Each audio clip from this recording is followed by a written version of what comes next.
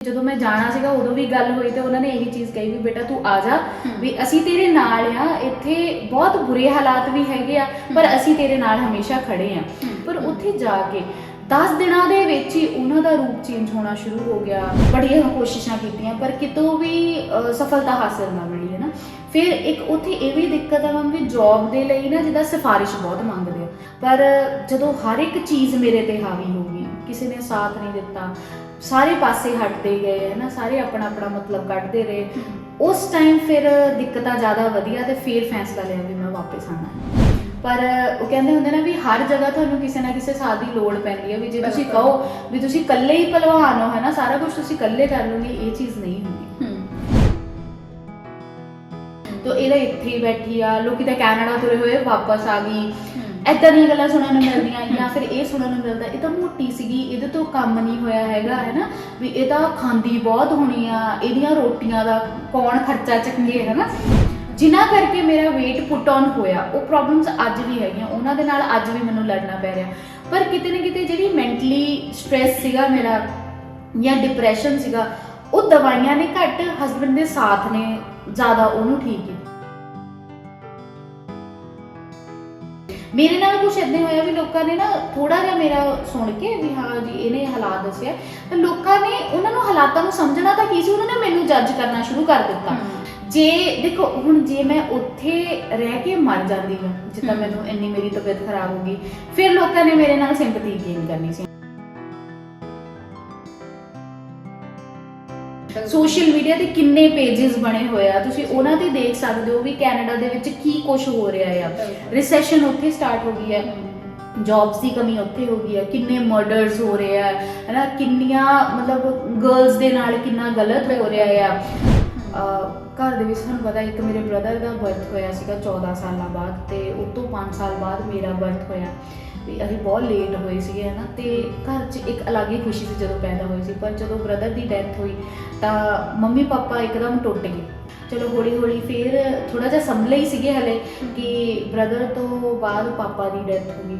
ਸਵੇਰੇ ਜਿੱਦਾਂ ਮੈਂ TV ਚੈਨਲ 'ਤੇ ਜੌਬ ਕਰਦੀ ਸੀਗੀ, as an anchor the job ਕੀਤੀ ਮੈਂ। ਉਸ ਤੋਂ ਬਾਅਦ ਫਿਰ ਮੈਂ ਪ੍ਰੋਪਰਟੀ ਦੇ ਵਿੱਚ ਜੌਬ ਕਰਦੀ ਸੀ, ਪ੍ਰੋਪਰਟੀ ਲਾਈਨ ਦੇ ਵਿੱਚ ਉਹ ਕਰਨੀ। ਸ਼ਾਮ ਨੂੰ ਜਿਹੜਾ ਟਾਈਮ ਬਚ ਜਾਣਾ ਉਦੋਂ ਫਿਰ ਬੱਚਿਆਂ ਨੂੰ ਟਿਊਸ਼ਨਸ ਦੇਣੀਆਂ। ਮੈਨੇਜ ਕਰਦੇ ਕਰਦੇ ਚਲੋ ਥੋੜ੍ਹਾ ਜਿਹਾ ਜਦੋਂ ਸਟੈਂਡ ਹੋਣ ਦਾ ਟਾਈਮ ਆਇਆ ਵੀ ਮੇਰੀ ਪੋਸਟ ਗ੍ਰੈਜੂਏਸ਼ਨ ਕੰਪਲੀਟ ਹੋਣ ਵਾਲੀ ਸੀਗੀ, ਤਾਂ ਮੇਰੇ ਫਿਰ ਮੰਮੀ ਦੀ ਵੀ ਡੈਥ ਹੋ ਗਈ। ਸੁਸਾਈਡ ਕਰਨ ਦੀ ਵੀ ਕੋਸ਼ਿਸ਼ ਕੀਤੀ ਵੀ ਮੈਂ ਆਪਣੀ ਲਾਈਫ ਖਤਮ ਕਰ ਲਾਂ, ਵੀ ਮੇਰੀ ਲਾਈਫ ਦਾ ਹੁਣ ਕੋਈ ਮਕਸਦ ਨਹੀਂ ਹੈ। ਫਿਰ ਕੋਈ ਗੱਲ ਨਹੀਂ, ਹੁਣ ਵੀ ਜ਼ਿੰਦਗੀ ਚੱਲਦੀ ਪਈ ਆ, ਵਧੀਆ ਚੱਲਦੀ ਪਈ ਆ। ਵਾਪਸ ਆ ਕੇ ਤਾਨੇ ਜ਼ਰੂਰ ਹੈ, ਇੱਕ ਟੈਗ ਜ਼ਰੂਰ ਲੱਗ ਗਿਆ ਵੀ ਇਹ ਕੈਨੇਡਾ ਤੋਂ ਵਾਪਸ ਆਈ ਹੈ, ਨਾਕਾਮਯਾਬ ਹੋ ਕੇ ਵਾਪਸ ਆਈ ਹੈ।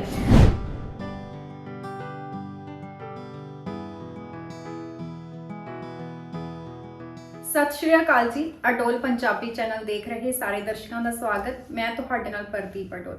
ਨੌਜਵਾਨ ਮੁੰਡੇ ਕੁੜੀਆਂ ਅੱਜਕੱਲ ਵਿਦੇਸ਼ੀ ਧਰਤੀ ਦਾ ਰੁਖ ਕਰ ਰਹੇ ਨੇ, ਆਪਣਾ ਵਧੀਆ ਭਵਿੱਖ ਬਣਾਉਣ ਦੇ ਲਈ ਉੱਥੇ ਸੈਟਲ ਹੋ ਰਹੇ ਨੇ। ਪਰ ਬਹੁਤ ਸਾਰੇ ਐਦਾਂ ਦੇ ਬੱਚੇ ਵੀ ਨੇ ਜੋ ਕਿ ਵਾਪਸ ਆ ਰਹੇ ਨੇ, ਜੋ ਕਿ ਉੱਥੋਂ ਦੇ ਹਾਲਾਤਾਂ ਨੂੰ ਸਹਿਣ ਕਰਕੇ। ਸੋ ਅਮਨਪ੍ਰੀਤ ਭੈਣ ਮੇਰੇ ਨਾਲ ਮੌਜੂਦ ਆ, ਜੋ ਕਿ ਉੱਥੋਂ ਦੇ ਹਾਲਾਤਾਂ ਨੂੰ ਸਹਿਣ ਕਰਕੇ ਵਾਪਸ ਪਰਤੀ ਆ। ਸੋ ਜਾਣਦੇ ਆ ਉਹਨਾਂ ਤੋਂ ਕਿ ਕਿਵੇਂ ਦੇ ਉੱਥੋਂ ਦੇ ਹਾਲਾਤ ਸੀਗੇ ਤੇ ਵਾਪਸ ਆਉਣ ਦਾ ਮਨ ਕਿਉਂ ਬਣਿਆ। ਸੋ ਆਓ ਸਭ ਤੋਂ ਪਹਿਲਾਂ ਉਹਨਾਂ ਦਾ ਸਵਾਗਤ ਕਰਦੇ ਹਾਂ। ਸਤਿ ਸ਼੍ਰੀ ਅਕਾਲ ਜੀ। ਸਤਿ ਸ਼੍ਰੀ ਅਕਾਲ ਜੀ। ਹਾਂ ਠੀਕ ਹੋ? ਹਾਂਜੀ ਬਿਲਕੁਲ ਜੀ। ਕਿਵੇਂ ਚੱਲ ਰਹੀ ਹੈ ਜ਼ਿੰਦਗੀ? ਵਧੀਆ ਚੱਲਦੀ ਪਈ ਹੈ, ਹੁਣ ਤਾਂ ਵਧੀਆ ਚੱਲਦੀ ਪਈ ਹੈ। ਪਹਿਲਾਂ ਕਿਵੇਂ ਸੀ? ਪਹਿਲਾਂ ਐਦਾਂ ਸੀ ਮਤਲਬ ਜਦੋਂ ਕੈਨੇਡਾ ਸੀ ਉਦੋਂ ਥੋੜੀ ਜੀ ਬੁਰਾ ਹਾਲ ਹੈਗਾ ਸੀਗਾ, ਪਰ ਹੁਣ ਆ ਕੇ ਦੁਬਾਰਾ ਸੈਟਲਮੈਂਟ ਹੋ ਰਹੀ ਹੈ ਤੇ ਵਧੀਆ ਚੱਲਦੀ ਪਈ ਹੈ। ਇੱਕ ਵਧੀਆ ਜੀ ਸਟਰਗਲ ਚੱਲਦੀ ਪਈ ਹੈ। ਵਧੀਆ ਗੱਲ ਹੈ, ਕਿਉਂਕਿ ਸਟਰਗਲ ਸਾਰੀ ਉਮਰ ਹੀ ਚੱਲਦੀ ਰਹਿੰਦੀ ਹੈ। ਤੇ ਭੈਣੇ ਜਦੋਂ ਤੁਸੀਂ ਬਾਹਰ ਗਏ ਹੋ ਹਨਾ, ਹਰ ਇੱਕ ਦਾ ਸੁਪਨਾ ਹੁੰਦਾ ਕਿ ਮੈਂ ਵਧੀਆ ਲਾਈਫ ਜਿਉਵਾਂ ਤੇ ਵਧੀਆ ਸੈਟਲ ਹੋਵਾਂ, ਤੇ ਉੱਥੋਂ ਦੇ ਹਾਲਾਤ ਕਿੱਦਾਂ ਦੇ ਸੀਗੇ ਕਿ ਤੁਹਾਨੂੰ ਵਾਪਸ ਆਉਣਾ ਪਿਆ? ਮੈਮ ਪਹਿਲਾਂ ਤਾਂ ਜਦੋਂ ਮੈਂ ਗਈ ਸੀ ਮੈਂ ਵੀ ਇੱਦਾਂ ਹੀ ਸੁਪਨੇ ਸਜਾ ਕੇ ਗਈ ਸੀ ਜਿੱਦਾਂ ਲੋਕ ਸੋਚਦੇ ਆ ਹਨਾ, ਵੀ ਮੈਂ ਵਧੀਆ ਉੱਥੇ ਜਾ ਕੇ ਰਹੂੰਗੀ, ਪੈਸਾ ਕਮਾਵਾਂਗੇ ਹਨਾ, ਇੱਕ ਫੈਮਿਲੀ ਵਧੀਆ ਸੈਟਲ ਹੋ ਜੂਗੀ। ਪਰ ਉੱਥੇ ਜਾ ਕੇ ਜੋ ਉੱਥੇ ਦੇ ਹਾਲਾਤ ਆ, ਜਿੱਦਾਂ ਲੋਕ ਚੇਂਜ ਹੋ ਜਾਂਦੇ ਆ। ਜਿਨ੍ਹਾਂ ਕੋਲ ਮੈਂ ਗਈ ਸੀ ਇੱਥੋਂ ਤਾਂ ਮੇਰੇ ਨਾਲ ਉਹ ਬਹੁਤ ਵਧੀਆ ਰਹਿੰਦੇ ਸੀਗੇ, ਬਹੁਤ ਸਾਥ ਦਿੰਦੇ ਸੀ ਮੇਰਾ ਹਨਾ। ਤੇ ਜਦੋਂ ਮੈਂ ਜਾਣਾ ਸੀਗਾ ਉਦੋਂ ਵੀ ਗੱਲ ਹੋਈ ਤੇ ਉਹਨਾਂ ਨੇ ਇਹੀ ਚੀਜ਼ ਕਹੀ ਵੀ ਬੇਟਾ ਤੂੰ ਆ ਜਾ, ਵੀ ਅਸੀਂ ਤੇਰੇ ਨਾਲ ਆ। ਇੱਥੇ ਬਹੁਤ ਬੁਰੇ ਹਾਲਾਤ ਵੀ ਹੈਗੇ ਆ ਪਰ ਅਸੀਂ ਤੇਰੇ ਨਾਲ ਹਮੇਸ਼ਾ ਖੜੇ ਆ। ਤੇ ਮੈਂ ਵੀ ਇਹੀ ਸੋਚ ਕੇ ਵੀ ਚਲੋ ਮੈਨੂੰ ਕੋਈ ਨਾ ਕੋਈ ਸਾਥ ਮਿਲ ਗਿਆ, ਕਿਉਂਕਿ ਜਦੋਂ ਆਪਾਂ ਕਿਸੇ ਵੀ ਨਵੀਂ ਕੰਟਰੀ ਦੇ ਵਿੱਚ ਜਾਂਦੇ ਆ ਤਾਂ ਇੱਕ ਹੁੰਦਾ ਨਾ ਵੀ ਥੋੜੇ ਟਾਈਮ ਲਈ ਭਾਵੇਂ ਕੋਈ ਸਾਥ ਦੇਣ ਵਾਲਾ ਮਿਲੇ ਪਰ ਮਿਲੇ ਜ਼ਰੂਰ, ਕਿਉਂਕਿ ਸਾਨੂੰ ਉੱਥੇ ਦਾ ਕੁਝ ਵੀ ਪਤਾ ਨਹੀਂ ਹੁੰਦਾ। ਸੋ ਮੇਰੇ ਨਾਲ ਵੀ ਕੁਝ ਏਦਾਂ ਹੀ ਹੋਇਆ ਵੀ ਮੈਂ ਗਈ ਉਹਨਾਂ ਦੇ ਸਹਾਰੇ ਗਈ, ਪਰ ਉੱਥੇ ਜਾ ਕੇ 10 ਦਿਨਾਂ ਦੇ ਵਿੱਚ ਹੀ ਉਹਨਾਂ ਦਾ ਰੂਪ ਚੇਂਜ ਹੋਣਾ ਸ਼ੁਰੂ ਹੋ ਗਿਆ। ਜਿਹੜੀਆਂ ਉੱਥੇ ਮੇਰੇ ਨਾਲ ਰੂਮਮੇਟ ਸੀਗੀਆਂ ਉਹਨਾਂ ਨੇ ਕੁਝ ਏਦਾਂ ਦੇ ਹਾਲਾਤ ਬਣਾਏ, ਕੁਝ ਕੰਮ ਨਹੀਂ ਮਿਲਿਆ, ਏਦਾਂ ਦੀਆਂ ਕਾਫੀ ਸਾਰੀਆਂ ਪ੍ਰੋਬਲਮਸ ਆਈਆਂ ਜਿਨ੍ਹਾਂ ਦੇ ਕਰਕੇ ਮੈਨੂੰ ਵਾਪਸ ਆਉਣਾ ਪਿਆ। ਤੇ ਇੰਨਾ ਕੁਝ ਤੁਸੀਂ ਸਹਿਣ ਕੀਤਾ ਹਨਾ, ਤੁਸੀਂ ਦੱਸ ਵੀ ਰਹੇ ਸੀਗੇ ਕਿ ਤੁਸੀਂ ਡਿਪਰੈਸ਼ਨ ਦਾ ਸ਼ਿਕਾਰ ਹੋਏ ਹੋ, ਇਹ ਸਾਰੇ ਹਾਲਾਤਾਂ ਕਰਕੇ ਤੁਸੀਂ ਡਿਪਰੈਸ਼ਨ ਦਾ ਸ਼ਿਕਾਰ ਹੋਏ? ਹਾਂਜੀ, ਜਦੋਂ ਮੈਂ ਗਈ ਸੀ ਤਾਂ ਮੇਰੇ ਵੀ ਬਹੁਤ ਸੁਪਨੇ ਸੀਗੇ ਨਾ ਜਿਹੜੇ ਮੈਂ ਲੈ ਕੇ ਗਈ ਸੀ ਵੀ ਮੈਂ ਇੱਦਾਂ ਕਰਨਾ, ਮੈਂ ਉੱਦਾਂ ਕਰਨਾ। 10 ਕੁ ਦਿਨ ਬਹੁਤ ਸੋਹਣਾ ਚੱਲਿਆ। ਮੈਂ ਸਟੱਡੀ ਬੇਸ ਤੇ ਗਈ ਸੀ ਤੇ ਸਟੱਡੀ ਵੀ ਵਧੀਆ ਚੱਲਦੀ ਰਹੀ, ਸਭ ਕੁਝ ਵਧੀਆ ਸੀਗਾ। ਤੇ ਜਿਨ੍ਹਾਂ ਦੇ ਮੈਂ ਕੋਲ ਗਈ ਸੀਗੀ ਉਹ ਵੀ ਬਹੁਤ ਵਧੀਆ ਰਹਿ ਰਹੇ ਸੀਗੇ ਮੇਰੇ ਨਾਲ, ਕਿਉਂਕਿ ਇੱਥੋਂ ਹੀ ਗੱਲ ਹੋ ਕੇ ਗਈ ਸੀ ਵੀ ਜਦੋਂ ਤੱਕ ਮੇਰੇ ਹਸਬੈਂਡ ਉੱਥੇ ਨਹੀਂ ਆਉਂਦੇ ਉਦੋਂ ਤੱਕ ਮੈਂ ਉਹਨਾਂ ਕੋਲ ਹੀ ਰਹੂੰਗੀ। ਉਹ ਮੇਰੇ ਰਿਸ਼ਤੇਦਾਰ ਨਹੀਂ ਸੀਗੇ ਪਰ ਇੱਕ ਜਿੱਦਾਂ ਫਰੈਂਡਸ ਹੁੰਦੇ ਆ ਏਦਾਂ ਸੀਗੇ ਨਾ, ਫੈਮਿਲੀ ਫਰੈਂਡ ਸੀਗੇ। ਤੇ ਉਹਨਾਂ ਨੇ ਇਹੀ ਕਿਹਾ ਵੀ ਜਦੋਂ ਤੱਕ ਤੇਰੇ ਹਸਬੈਂਡ ਨਹੀਂ ਆਉਂਦੇ ਵੀ ਤੂੰ ਕਿੱਥੇ ਇੱਧਰ ਉੱਧਰ ਧੱਕੇ ਖਾਏਂਗੀ। ਤੇ ਮੇਰੀਆਂ ਕਲਾਸਿਸ ਵੀ ਆਫਲਾਈਨ ਸੀਗੀਆਂ ਤੇ ਤੂੰ ਸਾਡੇ ਕੋਲ ਹੀ ਰਹਿਣਾ ਆ, ਜੇ ਆਨਲਾਈਨ ਹੋ ਜਾਂਦੀਆਂ ਫਿਰ ਤੂੰ ਅੱਗੇ ਕਿਤੇ ਮੂਵ ਕਰ ਲਈ, ਅਦਰਵਾਈਜ਼ ਜਦੋਂ ਤੱਕ ਹਸਬੈਂਡ ਨਹੀਂ ਆਉਂਦੇ ਤੂੰ ਸਾਡੇ ਕੋਲ ਹੀ ਰਹੀ। ਤੇ ਮੈਂ ਜਿੱਦਾਂ ਬਾਹਰ ਕਿਰਾਇਆ ਦੇਣਾ ਸੀ ਮੈਂ ਵੀ ਇਹ ਸੋਚਿਆ ਵੀ ਚਲੋ ਹਨਾ ਬਾਹਰ ਵੀ ਕਿਰਾਇਆ ਦੇਣਾ, ਮੈਂ ਇਹਨਾਂ ਨੂੰ ਕਿਰਾਇਆ ਦੇ ਦੂੰਗੀ ਵੀ ਇਹਨਾਂ ਕੋਲ ਰਹੀ ਜਾਂਦੀ ਹੈ। ਬੰਦਾ ਹਰ ਇੱਕ ਚੀਜ਼ ਇੱਕ ਪਲਾਨਿੰਗ ਦੇ ਨਾਲ ਚੱਲਦਾ ਨਾ, ਵੀ ਆਪਾਂ ਜੇ ਚਾਹੇ ਇੱਥੇ ਵੀ ਆ ਤਾਂ ਹਮੇਸ਼ਾ ਹਰ ਇੱਕ ਚੀਜ਼ ਦੀ ਪਲਾਨਿੰਗ ਕਰਕੇ ਚੱਲਦੇ ਆ। ਤਾਂ ਮੈਂ ਵੀ ਕੁਛ ਉੱਦਾਂ ਹੀ ਗਈ ਸੀ। 10 ਕੁ ਦਿਨ ਤਾਂ ਬਹੁਤ ਵਧੀਆ ਰਹੇ ਉਹ ਮੇਰੇ ਨਾਲ। ਉਸ ਤੋਂ ਬਾਅਦ ਹਰ ਇੱਕ ਚੀਜ਼ 'ਚ ਟੋਕਾ ਟਕਾਈ ਕਰਨੀ ਸ਼ੁਰੂ ਕਰ ਦਿੱਤੀ। ਮੈਨੂੰ ਵੀ ਸੀ ਵੀ ਮੈਂ ਇਹਨਾਂ ਤੇ ਬੋਝ ਨਹੀਂ ਬਣਨਾ ਹੈ ਨਾ, ਜੇ ਅੱਜ ਇਹ ਮੈਨੂੰ 10 ਦਿਨ ਇਹਨਾਂ ਰੋਟੀ ਦਿੱਤੀ ਆ ਵੀ ਬਹੁਤ ਵਧੀਆ ਗੱਲ ਹੈ ਵੀ ਚਲੋ ਮੈਂ ਬਗਾਨੇ ਦੇਸ਼ 'ਚ ਆਈ ਹਾਂ ਤਾਂ ਇਹਨਾਂ ਨੇ ਮੇਰੀ ਹੈਲਪ ਕੀਤੀ ਹੈ। ਤੇ ਮੈਂ ਇਹੀ ਚੀਜ਼ ਸੋਚੀ ਵੀ ਮੈਂ ਆਪਣੀ ਰੋਟੀ ਬਣਾਉਣੀ ਸ਼ੁਰੂ ਕਰਦਾ ਵੀ ਮੈਂ ਇਹਨਾਂ ਦੇ ਲਈ ਕਦੋਂ ਤੱਕ ਹੈ ਨਾ ਇਹਨਾਂ ਤੇ ਬੋਝ ਬਣਨਾ ਆ। ਪਹਿਲਾਂ ਮੈਂ ਇਹ ਵੀ ਟਰਾਈ ਕੀਤੀ ਵੀ ਮੈਂ ਉਹ ਜਿੱਦਾਂ ਬਜ਼ੁਰਗ ਸੀਗੇ ਵੀ ਮੈਂ ਉਹਨਾਂ ਦੇ ਨਾਲ ਮਿਲ ਕੇ ਰਵਾਂ, ਪਰ ਹਰ ਇੱਕ ਇਨਸਾਨ ਦੀ ਆਪਣੀ ਆਪਣੀ ਲਾਈਫ ਹੈ, ਉਹਨਾਂ ਦੇ ਕੁਝ ਆਪਣੇ ਰੂਲ ਸੀਗੇ, ਮੈਂ ਕੁਝ ਅਲੱਗ ਤਰ੍ਹਾਂ ਰਹਿੰਦੀ ਸੀਗੀ, ਤਾਂ ਉਹ ਮਿਸਮੈਚ ਜਿਹਾ ਹੋ ਗਿਆ ਹੈ ਨਾ, ਵੀ ਉਹਨਾਂ ਨੂੰ ਵੀ ਐਡਜਸਟਮੈਂਟ ਕਰਨੀ ਔਖੀ ਲੱਗਦੀ ਸੀ। ਤੇ ਮੈਂ ਇਹੀ ਸੋਚਿਆ ਵੀ ਚਲੋ ਮੈਂ ਆਪਣਾ ਕਿਉਂ ਨਾ ਸਟਾਰਟ ਕਰਦਾ ਖਾਣਾ ਪੀਣਾ ਬਣਾਉਣਾ। ਤੇ ਮੈਂ ਜਦੋਂ ਇਹ ਕੰਮ ਸ਼ੁਰੂ ਕੀਤਾ ਵੀ ਖਾਣਾ ਪੀਣਾ ਬਣਾਉਣਾ ਆਪਣਾ ਸਟਾਰਟ ਕੀਤਾ, ਉਦੋਂ ਹੋਰ ਦਿੱਕਤਾਂ ਹੋਣੀਆਂ ਸਟਾਰਟ ਹੋ ਗਈਆਂ। ਜਦੋਂ ਉਹਨਾਂ ਨੇ ਮੈਨੂੰ ਟੋਕਾ ਟਕਾਈ ਕਰਨੀ ਸ਼ੁਰੂ ਕਰ ਦਿੱਤੀ ਵੀ ਹਰ ਇੱਕ ਚੀਜ਼ ਦੇ ਵਿੱਚ ਹੁੰਦਾ ਨਾ ਵੀ ਤੁਸੀਂ ਜੇ ਗਲਾਸ ਵੀ ਚੱਕ ਰਹੇ ਹੋ ਤਾਂ ਉਹਦੇ ਵਿੱਚ ਵੀ ਟੋਕਾ ਟਕਾਈ ਆ। ਤਾਂ ਮੈਨੂੰ ਇਹ ਫੀਲ ਹੋਣ ਲੱਗ ਗਿਆ ਵੀ ਜਿੱਦਾਂ ਇਹ ਚਾਹੁੰਦੇ ਆ ਵੀ ਮੈਂ ਕੰਮ ਨਾ ਕਰਾਂ ਇੱਥੇ ਜਾਂ ਨਾ ਰਵਾਂ, ਹੈ ਨਾ। ਤੇ ਮੈਂ ਵੀ ਇਹੀ ਸੋਚ ਕੇ ਮੈਂ ਕਿਹਾ ਵੀ ਯਾਰ ਇਹ ਜ਼ਿਆਦਾ ਚੀਜ਼ਾਂ ਹੋ ਰਹੀਆਂ ਵੀ ਮੈਂ ਕਿਉਂ ਨਾ ਘਰ ਚੇਂਜ ਕਰ ਲਵਾਂ। ਮੈਂ ਬੜੀ ਕੋਸ਼ਿਸ਼ ਕੀਤੀ। ਮੈਂ ਜਦੋਂ ਉੱਥੇ ਸੀ ਮੈਂ ਦਸੰਬਰ ਦੇ ਮਹੀਨੇ ਗਈ ਸੀ, ਉਸ ਟਾਈਮ ਨਾ ਮੈਂ ਉੱਥੇ ਬਹੁਤ ਜ਼ਿਆਦਾ ਠੰਡ ਹੁੰਦੀ ਆ ਤੇ ਠੰਡ ਦੇ ਚੱਕਰ ਦੇ ਵਿੱਚ ਉੱਥੇ ਘਰ ਵੀ ਨਹੀਂ ਮਿਲਦਾ ਪਿਆ ਸੀ, ਮੂਵ ਹੋਣਾ ਬਹੁਤ ਔਖਾ ਆ। ਹੁਣ ਆਪਾਂ ਇੱਥੇ ਦੀ ਗੱਲ ਕਰ ਲਈਏ ਹੈ ਨਾ, ਇੱਥੇ ਵੀ ਜੇ ਆਪਾਂ ਕਿਤੇ ਰੈਂਟ ਤੇ ਰੂਮ ਲੱਭਣਾ ਹੋਵੇ ਤਾਂ ਕਿੰਨੇ ਸਾਨੂੰ ਧੱਕੇ ਖਾਣੇ ਪੈਂਦੇ ਆ ਹੈ ਨਾ, ਕਾਫੀ ਸਟਰਗਲ ਕਰਨੀ ਪੈਂਦੀ ਆ। ਮੈਂ ਜੇ ਲੱਭਦਾ ਵੀ ਸੀਗਾ ਘਰ ਕੋਈ, ਉਹ ਬਜਟ ਤੋਂ ਇੰਨਾ ਬਾਹਰ ਹੁੰਦਾ ਸੀ ਜਿੱਦਾਂ $650। ਨਾਰਮਲੀ ਜਿੱਦਾਂ ਉੱਥੇ ਕਹਿੰਦੇ ਆ ਵੀ $400 ਤੇ ਇੱਕ ਰੂਮ ਸ਼ੇਅਰਿੰਗ ਤੇ ਮਿਲ ਜਾਂਦਾ, ਜਿਹਦੇ ਵਿੱਚ 4 ਕੁੜੀਆਂ ਵੀ ਰਹਿ ਸਕਦੀਆਂ, 2 ਵੀ ਰਹਿ ਸਕਦੀਆਂ ਆ, ਵੀ ਅਲੱਗ-ਅਲੱਗ ਰੇਟ ਆ। ਤੇ ਮੈਨੂੰ ਵੀ ਇਹੀ ਸੀ ਜਿੱਦਾਂ ਉਹਨਾਂ ਕੋਲ ਵੀ ਇੰਨਾ ਕੀ ਸੀਗਾ ਤੇ ਮੈਂ ਸੋਚ ਰਹੀ ਸੀ ਵੀ 400-450 ਤੇ ਮੈਨੂੰ ਮਿਲ ਜਾਵੇ ਵੀ ਮੈਨੂੰ ਵੀ ਸੌਖਾ ਹੋ ਜਾਊਗਾ, ਕਿਉਂਕਿ ਮੇਰੇ ਕੋਲ ਜੌਬ ਵੀ ਨਹੀਂ ਸੀਗੀ ਉਸ ਟਾਈਮ ਤੇ। ਪਰ ਜਦੋਂ ਮੈਂ ਘਰ ਲੱਭਦੀ ਸੀ ਕੋਈ $650 ਤੇ, ਕੋਈ $700 ਤੇ, ਕੋਈ $800 ਤੇ ਮਿਲਣਾ, ਤਾਂ ਉਹਦੇ ਕਰਕੇ ਮੈਨੂੰ ਹੋਰ ਟੈਨਸ਼ਨਾਂ ਹੋਣ ਲੱਗੀਆਂ ਵੀ ਮੈਂ ਹੁਣ ਕਰਾਂ ਤਾਂ ਕਰਾਂਗੀ। ਮੈਂ ਇਹ ਵੀ ਘਰ ਛੱਡਣਾ ਚਾਹੁੰਦੀ ਸੀ ਜਿੱਥੇ ਮੈਂ ਰਹਿੰਦੀ ਸੀ, ਨਵਾਂ ਘਰ ਮਿਲਦਾ ਨਹੀਂ ਪਿਆ ਸੀ, ਨਾ ਕੋਈ ਐਡਾ ਖਾਸ ਉੱਥੇ ਜਾਣਕਾਰ ਸੀਗਾ ਜਿਹਦੇ ਤੋਂ ਮੈਂ ਹੈਲਪ ਲੈ ਲਾਂ ਕਿ ਮੈਂ ਕੀ ਕਰ ਸਕਦੀ ਸੀ। ਮੈਂ ਜਾ ਕੇ ਲੱਭ ਸਕਦੀ ਸੀ, ਕਾਲਸ ਕਰ ਸਕਦੀ ਸੀ ਹੈ ਨਾ, ਜਾਂ ਮੈਂ ਇੱਧਰੋਂ ਉੱਧਰੋਂ ਨੰਬਰ ਇਕੱਠੇ ਕਰਕੇ ਕਾਲਸ ਕਰ ਸਕਦੀ ਸੀ। ਮੈਂ ਸਾਰੀਆਂ ਚੀਜ਼ਾਂ ਕੀਤੀਆਂ। ਦੂਜੇ ਪਾਸੇ ਮੈਨੂੰ ਉਹਦਾ ਜੌਬ ਦਾ ਵੀ ਟੈਨਸ਼ਨ ਸੀਗੀ ਵੀ ਜੌਬ ਹੋਊਗੀ ਵੀ ਜੇ ਮੈਂ ਅੱਜ ਇੰਡੀਆ ਤੋਂ ਮੇਰੇ ਕੋਲ ਥੋੜੇ ਜਿਹੇ ਪੈਸੇ ਮੈਂ ਲੈ ਕੇ ਆਈ ਹਾਂ, ਮੈਂ 1 ਮਹੀਨਾ ਰੈਂਟ ਦੇ ਲੂ, 2 ਦੇ ਦੂ, 3 ਮਹੀਨੇ ਦੇ ਦੂੰਗੀ ਹੈ ਨਾ, ਵੀ ਮੈਂ ਕਿੰਨਾ ਕੁ ਟਾਈਮ ਇੰਡੀਆ ਦੇ ਪੈਸਿਆਂ ਤੇ ਜੀ ਜਾਊਂਗੀ, ਵੀ ਮੈਨੂੰ ਜੌਬ ਕਰਨੀ ਪਊਗੀ, ਮੈਂ ਤਾਂ ਹੀ ਅੱਗੇ ਮੇਰਾ ਸਿਸਟਮ ਚੱਲੂਗਾ। ਤੇ ਮੈਂ ਜੌਬ ਲੱਭਣ ਦੀ ਵੀ ਬਹੁਤ ਕੋਸ਼ਿਸ਼ ਕੀਤੀ, ਬੜੀਆਂ ਕਾਲਸ ਵੀ ਕੀਤੀਆਂ, ਜਿੱਦਾਂ ਉੱਥੇ ਹੈਗਾ ਹੀ ਆ ਵੀ ਏਜੰਸੀਜ਼ ਨੂੰ ਕਾਲ ਕਰਦੇ ਆ ਲੋਕ ਹੈ ਨਾ, ਵੀ ਏਜੰਸੀਆਂ ਨੂੰ ਕਾਲ ਕਰ ਕਰਕੇ ਆਪਣੇ ਰੈਜ਼ੂਮੇ ਡ੍ਰੌਪ ਕਰਦੇ ਆ। ਮੈਂ ਵੀ ਅੱਧੀ ਬਾਹਰ ਜਾ ਕੇ ਰੈਜ਼ੂਮੇ ਡ੍ਰੌਪ ਕੀਤੇ ਹਰ ਜਗ੍ਹਾ ਜਿੱਥੇ ਜਿੱਥੇ ਮੈਨੂੰ ਲੱਗਦਾ ਸੀ ਵੀ ਜੌਬ ਮਿਲ ਸਕਦੀ ਆ, ਕਾਲਸ ਕੀਤੀਆਂ ਘਰ ਬੈਠੇ ਬੈਠੇ। ਜੇ ਕਿਤੇ ਇੰਟਰਵਿਊ ਦੀ ਕੁਛ ਆਉਂਦਾ ਵੀ ਸੀਗਾ ਤਾਂ ਜਾ ਕੇ ਵੀ ਇੰਟਰਵਿਊ ਦੇਣਾ ਹੈ ਨਾ, ਤੇ ਬੜੀਆਂ ਕੋਸ਼ਿਸ਼ਾਂ ਕੀਤੀਆਂ ਪਰ ਕਿਤੋਂ ਵੀ ਸਫਲਤਾ ਹਾਸਿਲ ਨਾ ਮਿਲੀ ਹੈ ਨਾ। ਫਿਰ ਇੱਕ ਉੱਥੇ ਇਹ ਵੀ ਦਿੱਕਤ ਆ ਮੈਮ ਵੀ ਜੌਬ ਦੇ ਲਈ ਨਾ ਜਿੱਦਾਂ ਸਿਫਾਰਿਸ਼ ਬਹੁਤ ਮੰਗਦੇ ਆ ਵੀ ਜੇ ਜਿੱਦਾਂ ਮੇਰੇ ਨਾਲ ਵੀ ਸੀਗੀਆਂ ਕੁੜੀਆਂ ਜਿਨ੍ਹਾਂ ਦੇ ਪੁਰਾਣੇ ਕੋਈ ਆਏ ਹੋਏ ਸੀਗੇ, ਉਹਨਾਂ ਨੇ ਗੱਲਬਾਤ ਕਰਕੇ ਜਿੱਥੇ ਉਹ ਜੌਬ ਕਰਦੇ ਹੁੰਦੇ ਆ ਵੀ ਸਾਡਾ ਏਦਾਂ ਬੰਦਾ ਰੱਖ ਲਓ ਜੀ, ਰੱਖ ਲਓ ਨਾ, ਏਦਾਂ ਕਰਕੇ ਜੌਬ ਲੱਗ ਵੀ ਜਾਂਦੀ ਹੈ। ਹਾਂ, ਅੱਗੇ ਤੋਂ ਅੱਗੇ ਵੀ ਸਿਫਾਰਿਸ਼ਾਂ ਕਰਕੇ। ਮੇਰੇ ਕੋਲ ਤਾਂ ਕੋਈ ਏਦਾਂ ਦਾ ਹੈ ਨਹੀਂ ਸੀ ਵੀ ਜਿਹੜਾ ਮੇਰੀ ਸਿਫਾਰਿਸ਼ ਪਾਵੇ, ਤੇ ਕੋਸ਼ਿਸ਼ਾਂ ਬੜੀਆਂ ਕੀਤੀਆਂ ਪਰ ਉਹ ਵੀ ਸਟ੍ਰੈਸ ਦਾ ਕਾਰਨ ਬਣਿਆ ਵੀ ਜੌਬ ਨਹੀਂ ਮਿਲਦੀ। ਇੱਕ ਪਾਸਿਓਂ ਜਿੱਥੇ ਮੈਂ ਰਹਿ ਰਹੀ ਸੀ ਉਧਰੋਂ ਟੌਰਚਰ ਸੀਗਾ, ਫਿਰ ਘਰ ਲੱਭਣ ਦੀ ਟੈਨਸ਼ਨ ਸੀਗੀ, ਫਿਰ ਸਟੱਡੀ ਦੀ ਵੀ ਟੈਨਸ਼ਨ ਸੀ, ਕਿਉਂਕਿ ਜਦੋਂ ਆਪਾਂ ਇੱਥੇ ਹੈ ਨਾ, ਆਪਾਂ ਥਿਊਰੀ ਪੜ੍ਹਦੇ ਆ ਜ਼ਿਆਦਾਤਰ, ਆਪਣੀ ਜਿਹੜੀ ਇੱਥੇ ਦੀ ਸਟੱਡੀ ਹੈ, ਪਰ ਉੱਥੇ ਜ਼ਿਆਦਾ ਪ੍ਰੈਕਟੀਕਲਸ ਹੁੰਦੇ ਆ, ਲੈਪਟਾਪ ਦੀ ਸਟੱਡੀ ਆ, ਤਾਂ ਤੁਹਾਨੂੰ ਇੱਕ ਵਾਰੀ ਤਾਂ ਚੇਂਜਸ ਲਿਆਉਣ 'ਚ ਟਾਈਮ ਲੱਗਦਾ ਆ ਵੀ ਇਹ ਸਟੱਡੀ ਵੀ ਡਿਫਰੈਂਟ ਜੀ ਹੋ ਜਾਂਦੀ ਆ। ਤਾਂ ਇਹਨਾਂ ਦਾ ਵੀ ਟੈਨਸ਼ਨ ਹੋ ਗਈ ਇਸ ਚੀਜ਼ ਦੀ ਵੀ। ਫਿਰ ਕੁਛ ਠੰਡ ਇੰਨੀ ਜ਼ਿਆਦਾ ਸੀਗੀ, ਉਹਨੇ ਤਬੀਅਤ 'ਤੇ ਵੀ ਅਸਰ ਪਾਉਣਾ ਸ਼ੁਰੂ ਕਰ ਦਿੱਤਾ ਵੀ ਬਿਮਾਰ ਰਹਿਣ ਲੱਗ ਗਈ ਮੈਂ, ਬੁਖਾਰ ਰਹਿਣ ਲੱਗ ਗਿਆ, ਵਾਈਟਮਿਨਸ ਡ੍ਰੌਪ ਹੋਣੇ ਸ਼ੁਰੂ ਹੋ ਗਏ ਵੀ ਹਰ ਇੱਕ ਚੀਜ਼ ਦੀ, ਕਿਉਂਕਿ ਨਾ ਟਾਈਮ 'ਤੇ ਖਾਣਾ ਖਾਧਾ ਜਾਂਦਾ ਸੀ। ਮੈਨੂੰ ਖਾਣਾ ਬਣਾਉਣ 'ਚ ਡਰ ਲੱਗਦਾ ਸੀ ਵੀ ਮੈਨੂੰ ਕੁਛ ਕਹਿ ਨਾ ਦੇਵੇ, ਮਤਲਬ ਉਹ ਸੀਨ ਸੀ ਵੀ ਰੋਕਣਾ ਵੀ ਨਹੀਂ ਹੈ ਤੇ ਕਰਨ ਵੀ ਨਹੀਂ ਦੇਣਾ, ਵੀ ਇਹਨਾਂ ਸਾਰੀਆਂ ਚੀਜ਼ਾਂ ਕਰਕੇ ਮਿਕਸ ਹੋ ਗਿਆ ਹੈ ਨਾ, ਸਾਰਾ ਕੰਮ ਮਿਕਸ ਹੋ ਗਿਆ। ਤੇ ਮੈਂ ਬਸ ਟੈਨਸ਼ਨਾਂ ਜੀ ਵੀ ਪਹਿਲਾਂ ਤਾਂ ਮੈਂ ਘਰ ਵੀ ਨਹੀਂ ਦੱਸਿਆ, ਹਸਬੈਂਡ ਨੂੰ ਵੀ ਨਹੀਂ ਦੱਸਿਆ ਵੀ ਮੇਰੇ ਨਾਲ ਇਹ ਚੀਜ਼ਾਂ ਹੋ ਰਹੀਆਂ। ਤਾਂ ਉਦੋਂ ਮੈਨੂੰ ਇਹੀ ਸੀ ਵੀ ਚਲੋ ਹੈ ਨਾ, ਹਰ ਇੱਕ ਜਗ੍ਹਾ ਜਦੋਂ ਆਪਾਂ ਚੇਂਜ ਕਰਦੇ ਹਾਂ, ਹਰ ਇੱਕ ਇਨਸਾਨ ਨਾਲ ਇਹ ਚੀਜ਼ ਹੁੰਦੀ ਹੈ। ਮੈਂ ਵੀ ਉਹਨਾਂ 'ਚੋਂ ਇੱਕ ਹੀ ਸੀ, ਤਾਂ ਮੈਨੂੰ ਵੀ ਇਹ ਲੱਗਦਾ ਸੀ ਮੇਰੇ ਨਾਲ ਹੋ ਰਹੀ ਆ, ਤੇ ਮੈਂ ਇਸੇ ਕਰਕੇ ਉਹਨਾਂ ਨਾਲ ਵੀ ਕੋਈ ਗੱਲ ਨਹੀਂ ਕੀਤੀ ਤੇ ਮੈਂ ਸਰਵਾਈਵ ਕਰਨ ਦੀ ਕੋਸ਼ਿਸ਼ ਕਰਦੀ ਰਹੀ।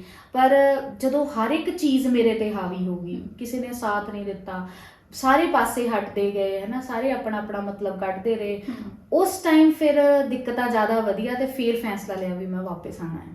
ਤੇ ਜਦੋਂ ਦੱਸਿਆ ਸੀਗਾ ਆਪਣੇ ਹਸਬੈਂਡ ਨੂੰ ਤਾਂ ਕਿਵੇਂ ਦਾ ਰਿਐਕਸ਼ਨ ਸੀਗਾ? ਜਦੋਂ ਮੈਂ ਹਸਬੈਂਡ ਨੂੰ ਦੱਸਿਆ ਪਹਿਲਾਂ ਤਾਂ ਉਹ ਥੋੜਾ ਜਿਹਾ ਜਿੱਦਾਂ ਟੈਨਸ਼ਨ 'ਚ ਆ ਹੀ ਜਾਂਦਾ ਬੰਦਾ ਹੈ ਨਾ, ਕਿਉਂਕਿ ਮੈਂ ਰੋਟੀ ਨਹੀਂ ਖਾਂਦੀ ਹੁੰਦੀ ਸੀ। ਮੈਂ ਪਹਿਲਾਂ ਉਹਨਾਂ ਨੂੰ ਦੱਸਿਆ ਨਹੀਂ ਨਾ, ਮੈਂ ਬਣਾਉਂਦੀ ਸੀ। ਕਿਉਂ ਨਹੀਂ ਬਣਾਉਂਦੀ ਸੀ? ਕਿਉਂਕਿ ਮੈਨੂੰ ਡਰ ਲੱਗਦਾ ਸੀ ਵੀ ਮੈਨੂੰ ਕੁਝ ਕਹਿ ਨਾ ਦੇਣੇ ਹੈ ਨਾ। ਤਾਂ ਮੈਂ ਆਪਣੇ ਰੂਮ ਦੇ ਵਿੱਚ ਹੀ ਫਰੂਟਸ ਵਗੈਰਾ ਜਾਂ ਕੁਝ ਵੀ ਹੈ ਨਾ ਇੱਦਾਂ ਦਾ ਲਿਆ ਕੇ ਰੱਖ ਲੈਣਾ, ਵੀ ਜਿਹੜੀ ਡਰਾਈ ਚੀਜ਼ਾਂ ਹੁੰਦੀਆਂ ਜਿੱਦਾਂ ਵੀ ਉਹੀ ਖਾ ਕੇ ਗੁਜ਼ਾਰਾ ਕਰ ਲੈਣਾ। ਤੇ ਜਦੋਂ ਮੈਂ ਉਹਨਾਂ ਨੂੰ ਦੱਸਿਆ ਪਹਿਲਾਂ ਤਾਂ ਉਹਨਾਂ ਨੂੰ ਬਹੁਤ ਜ਼ਿਆਦਾ ਟੈਨਸ਼ਨ ਹੋਈ ਵੀ ਇਹ ਕੀ ਹੋ ਗਿਆ ਨਾ। ਫਿਰ ਉਹਨਾਂ ਨੇ ਚਲੋ ਉਹਨਾਂ ਦਾ ਸਾਥ ਹਮੇਸ਼ਾ ਰਿਹਾ, ਤੇ ਉਹਨਾਂ ਨੇ ਇਹ ਚੀਜ਼ ਕਹੀ ਵੀ ਚੱਲ ਤੂੰ ਹੈ ਨਾ ਨਵੀਂ ਜਗ੍ਹਾ ਆ, ਵੀ ਚੇਂਜਸ ਆਉਂਦੇ ਆ, ਥੋੜਾ ਬਹੁਤ ਹੈ ਨਾ, ਥੋੜਾ ਬਹੁਤ ਔਖਾ ਹੁੰਦਾ। ਤੇ ਉਹਨਾਂ ਨੇ ਸਾਥ ਦਿੱਤਾ ਵੀ ਕੋਈ ਗੱਲ ਨਹੀਂ, ਅਸੀਂ ਤੇਰੇ ਨਾਲ ਖੜੇ ਆ, ਵੀ ਤੂੰ ਕੋਸ਼ਿਸ਼ ਕਰ ਵੀ ਘਰ ਚੇਂਜ ਕਰ ਲਾ, ਵੀ ਕੁਝ ਵੀ ਇਦਾਂ ਦਾ ਕਰਕੇ ਹੈ ਨਾ ਆਪਾਂ ਸਰਵਾਈਵ ਕਰਨਾ ਆ ਇੱਥੇ। ਤੇ ਮੇਰੀ ਵੀ ਉਹੀ ਕੋਸ਼ਿਸ਼ ਸੀਗੀ, ਕਿਉਂਕਿ ਮੈਨੂੰ ਵੀ ਪਤਾ ਸੀਗਾ ਵੀ ਕੁਛ ਪੈਸਾ ਮੈਂ ਲਾਇਆ ਸੀ, ਕੁਛ ਹਸਬੈਂਡ ਉਹਨਾਂ ਨੇ ਲਾਇਆ ਸੀ ਹੈ ਨਾ। ਤੇ ਮੈਨੂੰ ਵੀ ਇਹ ਸੀਗੀ ਵੀ ਪੈਸਾ ਵੀ ਵੇਸਟ ਹੋਊਗਾ, ਵੀ ਮੈਂ ਕਰੂੰਗੀ ਤਾਂ ਕਰੂੰਗੀ ਕਿ ਇੰਨਾ ਪੈਸਾ ਵੇਸਟ ਕਰਕੇ ਮੈਨੂੰ ਲੋਕ ਵੀ ਤਾਨੇ ਮਾਰਨਗੇ।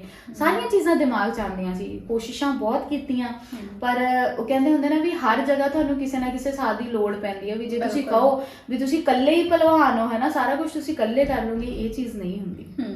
ਤੇ ਜਦੋਂ ਤੁਸੀਂ ਇੱਧਰ ਵਾਪਸ ਆਏ ਸੀਗੇ ਤਾਂ ਕਿਵੇਂ ਦਾ ਮਾਹੌਲ ਸੀਗਾ? ਮਤਲਬ ਫੈਮਿਲੀ ਦਾ ਵੀ ਏਦਾਂ ਹੁੰਦਾ ਹੈ ਕਿ ਸਹੁਰਾ ਫੈਮਿਲੀ ਵੀ ਕੁਝ ਬੋਲੇ ਨਾ, ਕਿਉਂਕਿ ਸਾਡੇ ਆਂਢ ਗੁਆਂਢ ਦੇ ਲੋਕ ਵੀ ਕਾਫੀ ਕੁਝ ਬੋਲਦੇ ਨਾ, ਤਾਂ ਕਿਵੇਂ ਦਾ ਮਾਹੌਲ ਸੀਗਾ? ਜਦੋਂ ਮੇਰੇ ਆਉਣ ਦੀ ਗੱਲ ਹੁੰਦੀ ਸੀ ਪਹਿਲਾਂ ਤਾਂ ਥੋੜਾ ਜਿਹਾ ਹੁੰਦਾ ਸੀ ਵੀ ਲੋਕੀ ਗੱਲਾਂ ਕਰਨਗੇ ਹੈ ਨਾ, ਜੇ ਵਾਪਸ ਆ ਗਈ ਕਿਆ ਬਣੂਗਾ, ਵੀ ਪੈਸਾ ਵੀ ਵੇਸਟ ਹੋ ਜਾਊਗਾ। ਫੈਮਿਲੀ ਨੂੰ ਵੀ ਥੋੜੀ ਜਿਹੀ ਟੈਨਸ਼ਨ ਹੋਈ, ਉਹਨਾਂ ਦੀ ਟੈਨਸ਼ਨ ਹੋਣਾ ਜਾਇਜ਼ ਵੀ ਸੀਗੀ, ਕਿਉਂਕਿ ਜੇ 20-22 ਲੱਖ ਰੁਪਇਆ ਬੰਦੇ ਦਾ ਲੱਗਿਆ ਹੋਵੇ ਤਾਂ ਟੈਨਸ਼ਨ ਤਾਂ ਹੁੰਦੀ ਹੋਈ ਹੈ। ਮੈਨੂੰ ਵੀ ਹੁੰਦਾ ਸੀ ਵੀ ਹੈ ਨਾ, ਮੇਰੇ ਵੀ ਮਿਹਨਤ ਦੀ ਕਮਾਈ ਸੀਗੀ ਵੀ ਯਾਰ ਪੈਸਾ ਵੇਸਟ ਹੋਊਗਾ ਜਾਂ ਕੁਛ ਵੀ ਆ। ਉਹਨਾਂ ਨੂੰ ਵੀ ਵਿਚਾਰਿਆਂ ਨੂੰ ਇੱਦਾਂ ਸੀ। ਕੁਛ ਲੋਕੀ ਜਿਹੜੇ ਆਪਣੇ ਹੈ ਨਾ ਸੁਸਾਇਟੀ ਆ ਉਹ ਜੀਣ ਨਹੀਂ ਦਿੰਦੀ, ਉਹਨਾਂ ਨੇ ਤਾਨੇ ਮਾਰ ਕੇ ਲੈ ਇਸ ਕੁੜੀ ਤੋਂ ਤਾਂ ਕੁਝ ਹੋਇਆ ਨਹੀਂ ਹੈ ਨਾ, ਇਹ ਤਾਂ ਕੁਝ ਕਰ ਨਹੀਂ ਸਕਦੀ, ਤੁਹਾਡਾ ਮੁੰਡਾ ਇੱਥੇ ਰਹਿ ਗਿਆ, ਵੀ ਉਹਨੂੰ ਬਾਹਰ ਨਹੀਂ ਲੈ ਕੇ ਜਾ ਰਹੀ ਜਾਂ ਕੁਝ ਵੀ। ਉਹ ਵੀ ਵਿਚਾਰੇ ਉਸ ਟਾਈਮ ਉਹਨਾਂ ਦੀਆਂ ਗੱਲਾਂ ਦੇ ਵਿੱਚ ਆਏ ਹੈ ਨਾ, ਵੀ ਹੋ ਵੀ ਜਾਂਦਾ। ਜੇ ਹੁਣ ਸਾਡਾ ਵੀ ਜੇ ਕੋਈ ਬ੍ਰੇਨ ਵਾਸ਼ ਕਰਨ ਦੀ ਕੋਸ਼ਿਸ਼ ਕਰੂਗਾ, ਸਾਰੇ ਪਾਸੇ ਉਹ ਗੱਲਾਂ ਹੀ ਸੁਣਨ ਨੂੰ ਮਿਲੀ ਜਾਊਗੀਆਂ, ਤਾਂ ਬ੍ਰੇਨ ਵਾਸ਼ ਹੋਊਗਾ ਹੀ ਹੋਊਗਾ।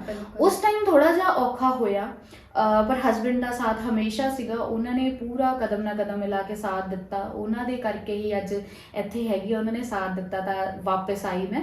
ਹੁਣ ਸਭ ਕੁਝ ਠੀਕ ਆ, ਪਰ ਲੋਕਾਂ ਦੀਆਂ ਗੱਲਾਂ ਹਲੇ ਵੀ ਹੈਗੀਆਂ ਆ ਵੀ ਹੁਣ ਜਿੱਦਾਂ ਮੈਨੂੰ 1 ਸਾਲ ਹੋ ਗਿਆ ਵਾਪਸ ਆਈ ਨੂੰ ਹੈ ਨਾ, ਤੇ ਹਲੇ ਵੀ ਲੋਕ ਤਾਨੇ ਮਾਰਦੇ ਆ। ਹੁਣ ਚਲੋ ਹੁਣ ਤਾਂ ਕਾਫੀ ਸਾਰੀਆਂ ਵੀਡੀਓਜ਼ ਆਈਆਂ ਵੀ ਕਰਕੇ ਪੁੱਛਦੇ ਆ ਵੀ ਕਦੋਂ ਜਾਣਾ, ਟੌਂਟਬਾਜ਼ੀ ਹੈ ਨਾ। ਮਤਲਬ ਵੀਜ਼ਾ ਹਲੇ ਵੀ ਚਲੋ ਹੈਗਾ, ਲੋਕਾਂ ਨੂੰ ਪਤਾ ਹੀ ਆ ਵੀ ਵੀਜ਼ਾ ਹੈਗਾ ਆ, ਤੇ ਲੋਕੀ ਕਹਿੰਦੇ ਆ ਲੈ ਕਦੋਂ ਜਾਣਾ ਆ ਵਾਪਸ ਹੈ ਨਾ, ਤਾਂ ਇਹਦਾ ਇੱਥੇ ਹੀ ਬੈਠੀ ਆ, ਲੋਕੀ ਤਾਂ ਕੈਨੇਡਾ ਤੁਰੇ ਹੋਏ ਵਾਪਸ ਆ ਗਈ। ਏਦਾਂ ਦੀਆਂ ਗੱਲਾਂ ਸੁਣਨ ਨੂੰ ਮਿਲਦੀਆਂ, ਜਾਂ ਫਿਰ ਇਹ ਸੁਣਨ ਨੂੰ ਮਿਲਦਾ ਇਹ ਤਾਂ ਮੋਟੀ ਸੀਗੀ, ਇਹਦੇ ਤੋਂ ਕੰਮ ਨਹੀਂ ਹੋਇਆ ਹੈਗਾ ਹੈ ਨਾ, ਵੀ ਇਹ ਤਾਂ ਖਾਂਦੀ ਬਹੁਤ ਹੋਣੀ ਆ, ਇਹਦੀਆਂ ਰੋਟੀਆਂ ਦਾ ਕੌਣ ਖਰਚਾ ਚੱਕੇ ਹੈ ਨਾ। ਮਤਲਬ ਏਦਾਂ ਦੀਆਂ ਹੁੰਦੀਆਂ ਨਾ ਵੀ ਆਪਣੇ ਲੋਕ ਹੁੰਦੇ ਆ ਵੀ ਲੱਤਾਂ ਖਿੱਚਣੀਆਂ ਆ ਨਾ। ਜੇ ਦੇਖੋ ਹੁਣ ਜੇ ਮੈਂ ਉੱਥੇ ਰਹਿ ਕੇ ਮਰ ਜਾਂਦੀ ਆ ਜਿੱਦਾਂ ਮੈਨੂੰ ਇੰਨੀ ਮੇਰੀ ਤਬੀਅਤ ਖਰਾਬ ਹੋ ਗਈ, ਫਿਰ ਲੋਕਾਂ ਨੇ ਮੇਰੇ ਨਾਲ ਸਿੰਪੈਥੀ ਗੇਨ ਕਰਨੀ ਸੀ, ਹਨਾ। ਉਹਨਾਂ ਨੇ ਕਹਿਣਾ ਸੀ ਵੀ ਲੈ ਵੀ ਇਹ ਤਾਂ ਵਿਚਾਰੀ ਨੇ ਕੁਝ ਦੱਸਿਆ ਨਹੀਂ, ਹਾਂ ਖੁਦ ਨਹੀਂ ਦੱਸਿਆ, ਫਿਰ ਹਸਬੈਂਡ ਨੂੰ ਗਲਤ ਬਣਾ ਦੇਣਾ ਸੀ, ਫਿਰ ਕਹਿਣਾ ਸੀ ਲੈ ਇਹ ਕੁੜੀ ਬਹੁਤ ਚੰਗੀ ਸੀ ਵਿਚਾਰੀ, ਇਹਨੇ ਕੁਝ ਦੱਸਿਆ ਨਹੀਂ, ਇਹ ਚੁੱਪਚਾਪ ਸਭ ਕੁਝ ਸਹਿੰਦੀ ਰਹੀ, ਫਿਰ ਮੇਰੇ ਨਾਲ ਹੋ ਜਾਣਾ ਸੀ ਜੇ ਮੈਂ ਮਰ ਜਾਂਦੀ। ਤੇ ਹੁਣ ਜੇ ਮੈਂ ਵਾਪਸ ਆ ਗਈ ਆ, ਲੈ ਇਹਦੇ ਤੋਂ ਤਾਂ ਕੁਝ ਹੋਇਆ ਨਹੀਂ, ਲੋਕੀ ਨਹੀਂ ਰਹਿੰਦੇ ਹੈਗੇ ਉੱਥੇ। ਮੈਂ ਇਹ ਨਹੀਂ ਕਹਿੰਦੀ ਵੀ ਕੈਨੇਡਾ ਮਾੜਾ ਆ ਜਾਂ ਕੁਝ ਵੀ ਹੈ ਨਾ, ਮੇਰਾ ਕਹਿਣਾ ਇਹ ਆ ਵੀ ਉੱਥੇ ਦੇ ਹਾਲਾਤ ਮਾੜੇ ਆ। ਹੁਣ ਤੁਸੀਂ ਵੈਸੇ ਵੀ ਸੋਸ਼ਲ ਮੀਡੀਆ ਤੇ, ਚਲੋ ਮੈਂ ਤਾਂ ਜਿਹੜਾ ਦੱਸਣਾ ਹੀ ਸੀਗਾ ਦੱਸਿਆ, ਮੈਂ ਨਾ ਮੈਂ ਆਪਣਾ ਐਕਸਪੀਰੀਅੰਸ ਸ਼ੇਅਰ ਕੀਤਾ ਤਾਂ ਕਿ ਮੇਰੇ ਵਰਗੀਆਂ ਹੋਰ ਵੀ ਵਾਧੂ ਕੁੜੀਆਂ ਜਿਹੜੀਆਂ ਜਾਂਦੀਆਂ ਆ, ਹਰ ਇੱਕ ਦੇ ਨਾਲ ਸੇਮ ਨਹੀਂ ਹੁੰਦਾ, ਕਿਸੇ ਨਾਲ ਮਾੜਾ ਹੁੰਦਾ, ਕਿਸੇ ਨਾਲ ਚੰਗਾ ਹੁੰਦਾ। ਆਪਾਂ ਸਿਰਫ ਨਾ ਚੰਗੀ ਸਾਈਡ ਦੇਖਦੇ ਆ, ਹਮੇਸ਼ਾ ਮਾੜੀ ਸਾਈਡ ਵੀ ਦੇਖ ਕੇ ਚੱਲਣਾ ਚਾਹੀਦਾ ਆ, ਹਨਾ ਵੀ ਪਹਿਲੇ ਬੰਦਾ ਸੋਚ ਸਮਝ ਕੇ ਜਾਵੇ। ਮੈਂ ਇਸ ਕਰਕੇ ਆਪਣੀ ਸਟੋਰੀ ਨੂੰ ਅੱਗੇ ਲੈ ਕੇ ਆਈ ਸੀ, ਪਰ ਲੋਕਾਂ ਨੇ ਇਹ ਕਹਿਤਾ ਵੀ ਇਹ ਡੀਮੋਟੀਵੇਟ ਕਰਦੀ ਪਈ ਆ। ਡੀਮੋਟੀਵੇਟ ਕਰਨ ਦਾ ਮੇਰਾ ਕੋਈ ਮਕਸਦ ਨਹੀਂ ਹੈ ਵੀ ਮੈਂ ਕਿਸੇ ਨੂੰ ਡੀਮੋਟੀਵੇਟ ਕਰਾਂ ਵੀ ਤੁਸੀਂ ਨਾ ਜਾਓ, ਨਾ ਮੈਂ ਕਿਸੇ ਨੂੰ ਕਹਿ ਰਹੀ ਹਾਂ ਵੀ ਤੁਸੀਂ ਨਾ ਜਾਓ ਕੈਨੇਡਾ। ਮੈਂ ਸਿਰਫ ਉੱਥੇ ਦੇ ਹਾਲਾਤ ਦੱਸੇ ਆ। ਚਲੋ ਮੈਂ ਤਾਂ ਜੋ ਦੱਸੇ ਤੁਸੀਂ ਵੈਸੇ ਵੀ ਆਪਾਂ ਅੱਜ ਕੱਲ ਸਾਰੇ ਜਾਣੇ ਸੋਸ਼ਲ ਮੀਡੀਆ ਦੇਖਦੇ ਆ, ਹਨਾ। ਸੋਸ਼ਲ ਮੀਡੀਆ ਤੇ ਕਿੰਨੇ ਪੇजेस ਬਣੇ ਹੋਏ ਆ, ਤੁਸੀਂ ਉਹਨਾਂ ਤੇ ਦੇਖ ਸਕਦੇ ਹੋ ਵੀ ਕੈਨੇਡਾ ਦੇ ਵਿੱਚ ਕੀ ਕੁਝ ਹੋ ਰਿਹਾ ਆ। ਰਿਸੈਸ਼ਨ ਉੱਥੇ ਸਟਾਰਟ ਹੋ ਗਈ ਹੈ, ਜੌਬਸ ਦੀ ਕਮੀ ਉੱਥੇ ਹੋ ਗਈ ਹੈ, ਕਿੰਨੇ ਮਰਡਰਸ ਹੋ ਰਹੇ ਆ, ਹਨਾ, ਕਿੰਨੀਆਂ ਮਤਲਬ ਗਰਲਸ ਦੇ ਨਾਲ ਕਿੰਨਾ ਗਲਤ ਹੋ ਰਿਹਾ ਆ, ਤੇ ਸੈਕਸ਼ੂਅਲ ਹਰਾਸਮੈਂਟ ਬਹੁਤ ਹੋਣ ਲੱਗ ਗਈ। ਈਵਨ ਜਿਹੜੇ ਬਜ਼ੁਰਗ ਲੋਕ ਹੈ ਕਈ, ਹਨਾ, ਸਾਰੇ ਨਹੀਂ ਕਈ, ਤੁਸੀਂ ਪਿੱਛੇ ਦੇ ਕੇਸ ਹੁਣ ਆਇਆ ਵੀ ਸੈਕਸ਼ੂਅਲ ਹਰਾਸਮੈਂਟ ਕੀਤੀ ਗਈ ਹੈ ਕਿਸੇ ਕੁੜੀ ਦੇ ਨਾਲ ਕਿਸੇ ਬਜ਼ੁਰਗ ਵੱਲੋਂ। ਏਦਾਂ ਦੀਆਂ ਸੱਚਾਈਆਂ ਹੈਗੀਆਂ ਆ। ਹੁਣ ਮੇਰਾ ਸਿਰਫ ਇੰਨਾ ਸੀ ਵੀ ਮੈਂ ਸਾਹਮਣੇ ਆ ਕੇ ਦੱਸ ਦਿੱਤਾ ਵੀ ਇਹ ਚੀਜ਼ਾਂ ਹੈ, ਇਸ ਕਰਕੇ ਮੈਨੂੰ ਲੋਕਾਂ ਨੇ ਮਾੜਾ ਬਣਾ ਦਿੱਤਾ, ਮੇਰੇ ਤੇ ਬੈਡ ਕਮੈਂਟਸ ਕਰਨੇ ਸ਼ੁਰੂ ਕਰ ਦਿੱਤੇ, ਮੇਰੇ ਮਤਲਬ ਬੋਡੀ ਨੂੰ ਲੈ ਕੇ ਬੋਡੀ ਸ਼ੇਮਿੰਗ ਕਰਨੀ ਸ਼ੁਰੂ ਕਰ ਦਿੱਤੀ, ਇਹ ਮੋਟੀ ਆ, ਇਹ ਤੋਂ ਕੰਮ ਨਹੀਂ ਹੁੰਦਾ, ਏਦਾਂ ਏਦਾਂ। ਪਹਿਲੀ ਗੱਲ ਤਾਂ ਇਹ ਵੀ ਹੁਣ ਮੋਟੇ ਆ ਜਾਂ ਪਤਲੇ ਆ, ਹਨਾ, ਉਹ ਚੀਜ਼ ਡਿਸਾਈਡ ਨਹੀਂ ਕਰਦਾ ਵੀ, ਹਨਾ, ਵੀ ਤੁਸੀਂ ਕੰਮ ਕਰ ਸਕਦੇ ਹੋ ਕਿ ਨਹੀਂ ਕਰ ਸਕਦੇ। ਹੁਣ ਮੈਨੂੰ ਮੋਟੇ ਕਰਕੇ ਕਹਿੰਦੇ, ਜਿਹੜੇ ਪਤਲੇ ਬੰਦੇ ਹੁੰਦੇ ਆ ਉਹਨਾਂ ਨੂੰ ਇਹ ਵੀ ਗੱਲ ਲੱਗਦਾ ਸੁੱਕੀ ਹੱਡੀ ਆ, ਇਹ ਤਾਂ ਕੁਝ ਹੋਣਾ ਨਹੀਂ ਹੈ, ਹਨਾ। ਮਤਲਬ ਕਿਸੇ ਨੂੰ ਜੀਣ ਨਹੀਂ ਦੇਣਾ ਹੈਗਾ ਵੀ। ਕਈ ਲੋਕ ਏਦਾਂ ਦੇ ਹੁੰਦੇ ਆ ਵੀ ਹਰ ਇੱਕ ਚੀਜ਼ ਤੇ ਕਮੈਂਟਬਾਜ਼ੀ ਕਰਨੀ ਹੀ ਕਰਨੀ ਹੈ। ਮਤਲਬ ਕੋਈ ਜੀ ਗੱਲ ਦੱਸਦਾ ਪਿਆ ਉਹਦੇ ਤੋਂ ਉਹਦਾ ਸਿੱਟਾ ਕੱਢਣ ਦੀ ਕੋਸ਼ਿਸ਼ ਨਹੀਂ ਕਰਨੀ, ਉਹਨੂੰ ਸਿਰਫ ਨਿੰਦਣਾ ਹੀ ਸ਼ੁਰੂ ਕਰ ਦੇਣਾ। ਸੋ ਮੇਰੇ ਨਾਲ ਵੀ ਕੁਝ ਏਦਾਂ ਦਾ ਹੀ ਹੋ ਰਿਹਾ, ਹੁਣ ਤੱਕ ਵੀ ਹੋ ਰਿਹਾ ਹੈ। ਲੱਗਦਾ ਨਹੀਂ ਕਦੇ ਵੀ ਜਿਸ ਤਰ੍ਹਾਂ ਕਮੈਂਟਸ ਆਉਂਦੇ ਆ, ਨੈਗੇਟਿਵ ਵੀ ਕਮੈਂਟਸ ਆਉਂਦੇ ਆ, ਤਾਂ ਵੀ ਉਹਨਾਂ ਦਾ ਕੁਝ ਅਸਰ ਹੋਇਆ ਹੋਵੇ, ਜਾਂ ਫਿਰ ਤੁਸੀਂ ਕੋਈ ਪ੍ਰੋਬਲਮ ਦੇ ਵਿੱਚ, ਕਈ ਵਾਰ ਏਦਾਂ ਹੁੰਦਾ ਕਿ ਆਪਾਂ ਸਟ੍ਰੈਸਡ ਹੋ ਜਾਂਦੇ ਆ, ਹਨਾ, ਕੁਝ ਏਦਾਂ ਦਾ? ਮੈਂ ਮੈਮ ਪਹਿਲਾਂ ਬਹੁਤ ਸਟ੍ਰੈਸ 'ਚ ਰਹੀ ਹਾਂ, ਹੈ ਨਾ। ਮੈਂ 6-7 ਮਹੀਨੇ ਬਹੁਤ ਬੁਰਾ ਟਾਈਮ ਦੇਖਿਆ ਆ। ਉਦੋਂ ਹਸਬੈਂਡ ਦਾ ਸਾਥ ਰਿਹਾ, ਚਲੋ ਉਹਨਾਂ ਨੇ ਉਹ ਚੀਜ਼ਾਂ 'ਚੋਂ ਕੱਢਿਆ। ਜਦੋਂ ਮੇਰੀ ਫਰਸਟ ਇੰਟਰਵਿਊ ਆਈ ਹੈ ਨਾ, ਉਸ ਤੋਂ ਬਾਅਦ ਕਾਫੀ ਸਾਰੇ ਨੈਗੇਟਿਵ ਤੇ ਕਾਫੀ ਸਾਰੇ ਪੋਜ਼ਿਟਿਵ ਕਮੈਂਟਸ ਆਏ। ਤੇ ਪਹਿਲਾਂ ਮੈਨੂੰ ਵੀ ਲੱਗਾ ਵੀ ਯਾਰ ਇਹ ਨੈਗੇਟਿਵ, ਕਿਉਂਕਿ ਮੈਂ ਉਹ ਸੋਚ ਕੇ ਤਾਂ ਦਿੱਤਾ ਹੀ ਨਹੀਂ ਸੀ ਇੰਟਰਵਿਊ, ਹੈ ਨਾ। ਕਈ ਲੋਕੀ ਕਹਿੰਦੇ ਲੈ ਫੇਮ ਚਾਣ ਲਈ ਕਰਤਾ, ਮੈਨੂੰ ਫੇਮ ਚਾਣ ਦੀ ਏਦਾਂ ਕੀ ਲੋੜ ਹੈ, ਮੈਂ ਫੇਮ ਵਾਸਤੇ ਕਿਉਂ ਕਰਨਾ, ਮੈਂ ਸਿਰਫ ਭਲਾਈ ਵਾਸਤੇ ਕੀਤਾ ਸੀ ਵੀ ਲੋਕਾਂ ਨੂੰ ਪਤਾ ਲੱਗਣਾ ਚਾਹੀਦਾ। ਤਾਂ ਹਸਬੈਂਡ ਦਾ ਸਾਥ ਹੈ ਤਾਂ ਹੁਣ ਡਿਪਰੈਸ਼ਨ ਤਾਂ ਨੇੜੇ ਤੇੜੇ ਹੈ ਹੀ ਨਹੀਂਗਾ, ਕਿਉਂਕਿ ਉਹ ਖੁਸ਼ ਰੱਖਦੇ ਆ। ਹਾਂ, ਡਿਪਰੈਸ਼ਨ ਦਾ ਇਹੀ ਇਲਾਜ ਹੈ, ਤੁਸੀਂ ਦਵਾਈਆਂ ਜਿੰਨੀਆਂ ਮਰਜ਼ੀ ਖਾ ਲਓ, ਹੈ ਨਾ। ਮੈਂ ਵੀ ਥੱਬਾ ਭਰ ਕੇ ਦਵਾਈਆਂ ਖਾਧੀਆਂ, ਫਿਜ਼ੀਕਲ ਪ੍ਰੋਬਲਮਸ, ਇੰਟਰਨਲ ਦਿੱਕਤਾਂ ਵੀ ਬਹੁਤ ਜ਼ਿਆਦਾ ਆਈਆਂ ਜਿਹੜੀਆਂ ਅੱਜ ਵੀ ਹੈਗੀਆਂ ਆ, ਜਿਨ੍ਹਾਂ ਕਰਕੇ ਮੇਰਾ weight ਪੁੱਟ ਔਨ ਹੋਇਆ। ਉਹ ਪ੍ਰੋਬਲਮਸ ਅੱਜ ਵੀ ਹੈਗੀਆਂ, ਉਹਨਾਂ ਦੇ ਨਾਲ ਅੱਜ ਵੀ ਮੈਨੂੰ ਲੜਨਾ ਪੈ ਰਿਹਾ। ਪਰ ਕਿਤੇ ਨਾ ਕਿਤੇ ਜਿਹੜੀ ਮੈਂਟਲੀ ਸਟ੍ਰੈਸ ਸੀਗਾ ਮੇਰਾ ਜਾਂ ਡਿਪਰੈਸ਼ਨ ਸੀਗਾ, ਉਹ ਦਵਾਈਆਂ ਨੇ ਘੱਟ, ਹਸਬੈਂਡ ਦੇ ਸਾਥ ਨੇ ਜ਼ਿਆਦਾ ਉਹਨੂੰ ਠੀਕ ਕੀਤਾ। ਸੋ ਹੁਣ ਵੀ ਗੱਲਾਂ ਹੁੰਦੀਆਂ ਆ, ਦੇਖੀਦਾ ਵੀ ਆਪਾਂ, ਏਦਾਂ ਦੀ ਗੱਲ ਨਹੀਂ ਦੇਖੀਦਾ, ਪਰ ਇਹ ਚੀਜ਼ ਮੋਟੀਵੇਟ ਕਰਦੀ ਹੈ ਵੀ ਬਹੁਤ ਸਾਰੇ ਲੋਕ ਏਦਾਂ ਦੇ ਵੀ ਆ ਜਿਹੜੇ ਪੋਜ਼ਿਟਿਵ ਕਹਿੰਦੇ ਆ, ਜਿਨ੍ਹਾਂ ਨੂੰ ਮੇਰੀਆਂ ਗੱਲਾਂ ਸਮਝ ਆ ਰਹੀਆਂ। ਜੇ ਮੈਂ ਆਪਣੀਆਂ ਗੱਲਾਂ ਅੱਜ ਅੱਗੇ ਰੱਖੀਆਂ, ਜੇ ਉਹਦੇ ਨਾਲ ਕਿਸੇ ਇੱਕ ਵੀ ਇਨਸਾਨ ਦਾ ਭਲਾ ਹੋ ਜਾਊਗਾ ਤਾਂ ਮੈਨੂੰ ਖੁਸ਼ੀ ਹੋਊਗੀ। ਸੋ ਹੁਣ ਮੈਂ ਨੈਗੇਟਿਵ ਕਮੈਂਟਸ ਦੀ ਪਰਵਾਹ ਨਹੀਂ ਕਰਦੀ ਹੈਗੀ, ਕਿਉਂਕਿ ਇਹ ਤਾਂ ਦੇਖੋ ਚੱਲਦੇ ਹੀ ਰਹੇ ਆ ਨਾ, ਇਹ ਤਾਂ ਜ਼ਿੰਦਗੀ ਦਾ ਦਸਤੂਰ ਆ। ਅਸੀਂ ਨਾਰਮਲ ਲਾਈਫ ਦੀ ਵੀ ਜੇ ਗੱਲ ਕਰ ਲਈਏ, ਜੇ ਅਸੀਂ ਚਾਹੇ ਜਿੰਨੇ ਮਰਜ਼ੀ ਚੰਗੇ ਹੋਈਏ, ਜਿੰਨੇ ਮਰਜ਼ੀ ਚੰਗੇ ਕੰਮ ਕਰ ਦਈਏ, ਜੇ 80 ਲੋਕਾਂ ਨੇ ਸਾਨੂੰ ਚੰਗਾ ਬੋਲਣਾ ਤਾਂ 20 ਲੋਕਾਂ ਨੇ ਇਹੋ ਜਿਹੇ ਵੀ ਹੋਣਾ ਹੈ ਜਿਨ੍ਹਾਂ ਨੇ ਚੰਗੇ ਕੰਮ ਨੂੰ ਵੀ ਮਾੜਾ ਕਹਿ ਦੇਣਾ। ਸੋ ਹੁਣ ਉਹਨਾਂ ਨੂੰ ਇਗਨੋਰ ਕਰਦੀ ਆ ਮੈਂ ਅੱਗੇ ਆ ਕੇ ਕਰਦੀ। ਕਾਫੀ ਸਾਰੇ ਹੈਗੇ ਆ ਲੋਕ ਇਹ ਵੀ ਕਹਿੰਦੇ ਆ ਲੈ ਵੀ ਇਹ ਕੁੜੀ ਕੈਨੇਡਾ ਬਾਰੇ ਗਲਤ ਬੋਲੀ ਜਾਂਦੀ ਆ, ਗਲਤ ਸੇਧ ਦਿੰਦੀ ਆ। ਬਹੁਤ ਸਾਰੇ ਲੋਕਾਂ ਨੂੰ ਇਹ ਚੀਜ਼ ਦਾ ਭੁਲੇਖਾ ਹੈ। ਬਸ ਮੈਂ ਉਹਨਾਂ ਨੂੰ ਕਹਿਣਾ ਚਾਹੂੰਗੀ ਵੀ ਮੇਰਾ ਕੋਈ ਵੀ ਕੈਨੇਡਾ ਬਾਰੇ ਮਾੜਾ ਬੋਲਣ ਦਾ ਕੋਈ ਵੀ ਮੋਟਿਵ ਨਹੀਂ ਸੀਗਾ, ਹਨਾ। ਮੇਰਾ ਸਿਰਫ ਇਹ ਆ ਵੀ ਮੈਂ ਉੱਥੇ ਦੇ ਹਾਲਾਤ ਦੱਸੇ, ਔਰ ਜਿੰਨੇ ਵੀ ਲੋਕ ਉੱਥੇ ਰਹਿ ਰਹੇ ਆ ਨਾ, ਬੋਲਦੇ ਆ ਜਿਹੜੇ ਹੈ ਨਾ, ਉਹਨਾਂ ਨੂੰ ਵੀ ਪਤਾ ਹੈ ਵੀ ਕੀ ਹਾਲਾਤ ਹੈ, ਕਿਸੇ ਤੋਂ ਨਹੀਂ ਲੁਕਿਆ ਹੋਇਆ। ਸੋਸ਼ਲ ਮੀਡੀਆ ਬਹੁਤ ਬਲਵਾਨ ਆ, ਸਾਰਾ ਕੁਝ ਦਿਖਾ ਰਹੇ ਆ, ਸਭ ਕੁਝ ਪਤਾ ਹੈ। ਬਸ ਇਹ ਆ ਵੀ ਮੈਂ ਅੱਗੇ ਆ ਕੇ ਬੋਲਣ ਦੀ ਹਿੰਮਤ ਕਰਦੀ ਤਾਂ ਮੈਨੂੰ ਪਿੱਛੇ ਖਿੱਚਣ ਦੀ ਕੋਸ਼ਿਸ਼ ਕੀਤੀ ਜਾ ਰਹੀ ਹੈ। ਸੋ ਮੈਂ ਪਿੱਛੇ ਹਟਣ ਵਾਲਿਆਂ ਚੋਂ ਨਹੀਂ ਹਾਂ। ਹੁਣ ਜੇ ਮੈਂ ਦੇਖੋ ਜੋ ਸੱਚ ਸੀ ਮੈਂ ਦੱਸਿਆ, ਤਾਂ ਮੈਂ ਦੱਸਿਆ ਵੀ ਸਾਰਿਆਂ ਦਾ ਭਲਾ ਹੋ ਸਕੇ। ਜੇ ਕੋਈ ਮੇਰੇ ਵਰਗੀ ਹੈਗੀ ਆ ਉਹਦੇ ਨਾਲ ਧੱਕਾ ਨਾ ਹੋਵੇ। ਤੇ ਇਹ ਤਾਂ ਤੁਹਾਡੀ ਉਧਰ ਦੀ ਲਾਈਫ ਸੀਗੀ ਨਾ, ਤੇ ਉਧਰੋਂ ਵਾਪਸ ਆਏ ਹੋ, ਤੇ ਵਿਆਹ ਤੋਂ ਪਹਿਲਾਂ ਦੀ ਕਿਵੇਂ ਦੀ ਲਾਈਫ ਸੀਗੀ ਤੁਹਾਡੀ? ਵਿਆਹ ਤੋਂ ਪਹਿਲਾਂ ਵੀ ਮੈਮ ਮੇਰੇ ਜਿੱਦਾਂ ਬ੍ਰਦਰ ਸੀ, ਮੰਮੀ ਸੀ, ਪਾਪਾ ਸੀ, ਅਸੀਂ ਚਾਰੋਂ ਜਣੇ ਸੀ, ਬੜਾ ਹੈਪੀ ਫੈਮਿਲੀ ਸੀਗੀ। ਪਰ ਜਦੋਂ ਮੈਂ 8th ਕਲਾਸ ਵਿੱਚ ਸੀਗੀ, 8th ਕਲਾਸ ਵਿੱਚ ਮੇਰੇ ਬ੍ਰਦਰ ਦੀ ਡੈਥ ਹੋ ਗਈ। ਘਰ ਦੇ ਵਿੱਚ ਤੁਹਾਨੂੰ ਪਤਾ ਇੱਕ ਮੇਰੇ ਬ੍ਰਦਰ ਦਾ ਬਰਥ ਹੋਇਆ ਸੀਗਾ 14 ਸਾਲਾਂ ਬਾਅਦ, ਤੇ ਉਸ ਤੋਂ 5 ਸਾਲ ਬਾਅਦ ਮੇਰਾ ਬਰਥ ਹੋਇਆ। ਵੀ ਅਸੀਂ ਬਹੁਤ ਲੇਟ ਹੋਏ ਸੀਗੇ ਹੈ ਨਾ, ਤੇ ਘਰ 'ਚ ਇੱਕ ਅਲੱਗ ਹੀ ਖੁਸ਼ੀ ਸੀ ਜਦੋਂ ਪੈਦਾ ਹੋਏ ਸੀ। ਪਰ ਜਦੋਂ ਬ੍ਰਦਰ ਦੀ ਡੈਥ ਹੋਈ ਤਾਂ ਮੰਮੀ ਪਾਪਾ ਇੱਕਦਮ ਟੁੱਟ ਗਏ ਵੀ ਇੰਨੇ ਸਾਲਾਂ ਬਾਅਦ ਬੱਚਾ ਹੋਇਆ ਹੋਵੇ, ਓਬਵੀਅਸਲੀ ਗੱਲ ਹੈ, ਟੁੱਟ ਜਾਂਦਾ ਬੰਦਾ ਨਾ। ਉਦੋਂ ਵੀ ਉਹਨਾਂ ਦੀ ਸਪੋਰਟ ਬਣੀ ਮੈਂ ਵੀ ਨਹੀਂ ਹੈ ਨਾ, ਮੈਂ ਉਹਨਾਂ ਦਾ ਮੁੰਡਾ ਬਣ ਕੇ ਦਿਖਾਉਂਗੀ। ਚਲੋ ਹੌਲੀ ਹੌਲੀ ਫਿਰ ਥੋੜਾ ਜਿਹਾ ਸੰਭਲੇ ਹੀ ਸੀਗੇ ਹਲੇ ਕਿ ਬ੍ਰਦਰ ਤੋਂ ਬਾਅਦ ਪਾਪਾ ਦੀ ਡੈਥ ਹੋ ਗਈ। ਜਦੋਂ ਪਾਪਾ ਦੀ ਡੈਥ ਹੋ ਗਈ ਉਸ ਤੋਂ ਬਾਅਦ ਤਾਂ ਘਰ ਦੇ ਵਿੱਚ ਮਤਲਬ ਪੈਸਾ ਕਮਾਉਣ ਵਾਲਾ ਵੀ ਕੋਈ ਨਹੀਂ ਸੀਗਾ, ਕਿਉਂਕਿ ਪਾਪਾ ਹੀ ਸੀਗੇ ਜਿਹੜਾ ਸਾਰਾ ਕੁਝ ਕਰਦੇ ਸੀਗੇ। ਤੇ ਉਦੋਂ ਇੱਕ ਵਾਰੀ ਟੁੱਟੀ ਵੀ ਮੈਂ ਵੀ ਹੁਣ ਕਰਾਂਗੇ ਤਾਂ ਕਰਾਂਗੇ ਕਿ ਮੰਮੀ ਤੇ ਮੈਂ ਇਕੱਲੇ ਰਹਿ ਗਏ। ਤੇ ਉਸ ਟਾਈਮ ਚਲੋ ਨਾਨਕਿਆਂ ਦੀ ਸਪੋਰਟ ਹੈਗੀ ਸੀਗੀ ਨਾਲ, ਤੇ ਪਰ ਹਮੇਸ਼ਾ ਘਰਦਿਆਂ ਨੇ ਇਹ ਸਿਖਾਇਆ ਸੀ ਵੀ ਜੇ ਤੁਸੀਂ ਆਪ ਕਰ ਸਕਦੇ ਹੋ ਨਾ ਕੰਮ ਤਾਂ ਤੁਸੀਂ ਸਪੋਰਟ ਕਿਉਂ ਲੈਣੀ ਹੈ ਨਾ, ਜਿੱਥੇ ਤੱਕ ਤੁਸੀਂ ਆਪ ਕਰ ਸਕਦੇ ਹੋ ਆਪ ਅੱਗੇ ਵਧੋ। ਤਾਂ ਮੈਂ ਉਸ ਟਾਈਮ ਮੈਮ ਜੌਬ ਕਰਨੀਆਂ ਸਟਾਰਟ ਕੀਤੀਆਂ। ਮੈਂ ਟੀਵੀ ਚੈਨਲ ਤੇ ਜੌਬ ਕੀਤੀ, ਸਵੇਰੇ ਜਿੱਦਾਂ ਮੈਂ ਟੀਵੀ ਚੈਨਲ ਤੇ ਜੌਬ ਕਰਦੀ ਸੀਗੀ as an anchor the job ਕੀਤੀ ਮੈਂ। ਉਸ ਤੋਂ ਬਾਅਦ ਫਿਰ ਮੈਂ ਪ੍ਰੋਪਰਟੀ ਦੇ ਵਿੱਚ ਜੌਬ ਕਰਦੀ ਸੀ, ਪ੍ਰੋਪਰਟੀ ਲਾਈਨ ਦੇ ਵਿੱਚ, ਉਹ ਕਰਨੀ। ਸ਼ਾਮ ਨੂੰ ਜਿਹੜਾ ਟਾਈਮ ਬਚ ਜਾਣਾ ਉਦੋਂ ਫਿਰ ਬੱਚਿਆਂ ਨੂੰ ਟਿਊਸ਼ਨਸ ਦੇਣੀਆਂ, ਕਿਉਂਕਿ ਮੈਨੂੰ ਮੈਮ ਪੜ੍ਹਨ ਦਾ ਬਹੁਤ ਸ਼ੌਂਕ ਸੀਗਾ ਸ਼ੁਰੂ ਤੋਂ ਹੀ ਨਾ। ਪਰ ਮੇਰੇ ਹਾਲਾਤ ਇੱਦਾਂ ਦੇ ਕੁਛ ਰਹੇ ਵੀ ਜੋ ਮੈਂ ਕਰਨਾ ਚਾਹੁੰਦੀ ਸੀ ਉਹ ਨਹੀਂ ਕਰ ਪਾਈ। ਪਰ ਮੈਂ ਜਦੋਂ ਮੇਰੇ ਪਾਪਾ ਦੀ ਡੈਥ ਹੋਈ ਉਦੋਂ ਮੈਂ ਗ੍ਰੈਜੂਏਸ਼ਨ ਫਸਟ ਈਅਰ 'ਚ ਸੀਗੀ, ਤੇ ਮੈਂ ਗ੍ਰੈਜੂਏਸ਼ਨ ਕੀਤੀ, ਪੋਸਟ ਗ੍ਰੈਜੂਏਸ਼ਨ ਕੀਤੀ, ਉਹ ਨਾਲ ਜੌਬਸ ਕੀਤੀਆਂ, ਨਾਲ ਆਪਣੀਆਂ ਫੀਸਾਂ ਭਰੀਆਂ, ਤੇ ਮੈਂ ਆਪਣੀ ਪੋਸਟ ਗ੍ਰੈਜੂਏਸ਼ਨ ਕੰਪਲੀਟ ਕੀਤੀ। ਘਰ ਦਾ ਵੀ ਖਰਚਾ ਚੱਕਿਆ, ਮੰਮੀ ਵੀ ਮੇਰੇ ਬਿਮਾਰ ਰਹਿੰਦੇ ਹੁੰਦੇ ਸੀਗੇ, ਤੇ ਮੰਮੀ ਦੀਆਂ ਦਵਾਈਆਂ ਵਗੈਰਾ ਦਾ ਉਹ ਸਾਰਾ ਕੁਝ ਆਪ ਕੀਤਾ ਹੈ ਨਾ। ਤੇ ਉਹ ਕਹਿ ਲਓ ਵੀ ਉਹ ਹਿੰਮਤ ਹੈਗੀ ਸੀਗੀ, ਕੀਤਾ, ਪੜ੍ਹੇ ਲਿਖੇ ਵੀ ਸੀਗੇ ਤਾਂ ਕੀਤਾ। ਮੈਂ ਵੈਸੇ ਡਾਕਟਰ ਬਣਨਾ ਚਾਹੁੰਦੀ ਸੀ ਪਰ ਇਹਨਾਂ ਹਾਲਾਤਾਂ ਕਰਕੇ ਮੈਂ ਡਾਕਟਰ ਤਾਂ ਨਹੀਂ ਬਣ ਸਕੀ, ਪਰ ਮੈਂ ਪੋਸਟ ਗ੍ਰੈਜੂਏਸ਼ਨ ਆਪਣੀ ਕੰਪਲੀਟ ਕੀਤੀ। ਤੇ ਮੈਂ ਹੋਰ ਵੀ ਕਿੰਨਾ ਕੁਛ ਹੈ ਨਾ, ਜੇ ਮੈਨੂੰ ਕੋਈ ਆਨਲਾਈਨ ਕੰਮ ਮਿਲ ਜਾਣਾ ਮੈਂ ਨਾਲ ਦੀ ਨਾਲ ਕੁਛ ਨਾ ਕੁਛ ਕਰਦੇ ਰਹਿਣਾ ਵੀ ਅਰਨ ਕਰਨਾ ਆ, ਕਿਉਂਕਿ ਪੜ੍ਹਾਈ ਦਾ ਵੀ ਖਰਚਾ ਹੈ ਨਾ, ਪੜ੍ਹਾਈ ਦਾ ਵੀ ਖਰਚਾ ਬਹੁਤ ਸੀਗਾ, ਘਰ ਦਾ ਖਰਚਾ ਵੀ ਬਹੁਤ ਸੀਗਾ, ਤੇ ਮੋਹਾਲੀ ਵਰਗੇ ਸ਼ਹਿਰ 'ਚ ਰਹਿਣਾ ਤਾਂ ਖਰਚਾ ਤਾਂ ਹੈਗਾ ਹੀ ਹੈਗਾ ਆ। ਸੋ ਸਾਰਾ ਕੁਛ ਉਹ ਮੈਨੇਜ ਕੀਤਾ। ਮੈਨੇਜ ਕਰਦੇ ਕਰਦੇ ਚਲੋ ਥੋੜਾ ਜਿਹਾ ਜਦੋਂ ਸਟੈਂਡ ਹੋਣ ਦਾ ਟਾਈਮ ਆਇਆ ਵੀ ਮੇਰੀ ਪੋਸਟ ਗ੍ਰੈਜੂਏਸ਼ਨ ਕੰਪਲੀਟ ਹੋਣ ਵਾਲੀ ਸੀਗੀ, ਤਾਂ ਮੇਰੇ ਫਿਰ ਮੰਮੀ ਦੀ ਵੀ ਡੈਥ ਹੋ ਗਈ। ਜਦੋਂ ਮੰਮੀ ਦੀ ਡੈਥ ਹੋਈ ਉਦੋਂ ਫਿਰ ਮਤਲਬ ਬਹੁਤ ਜ਼ਿਆਦਾ ਧੱਕਾ ਲੱਗਿਆ।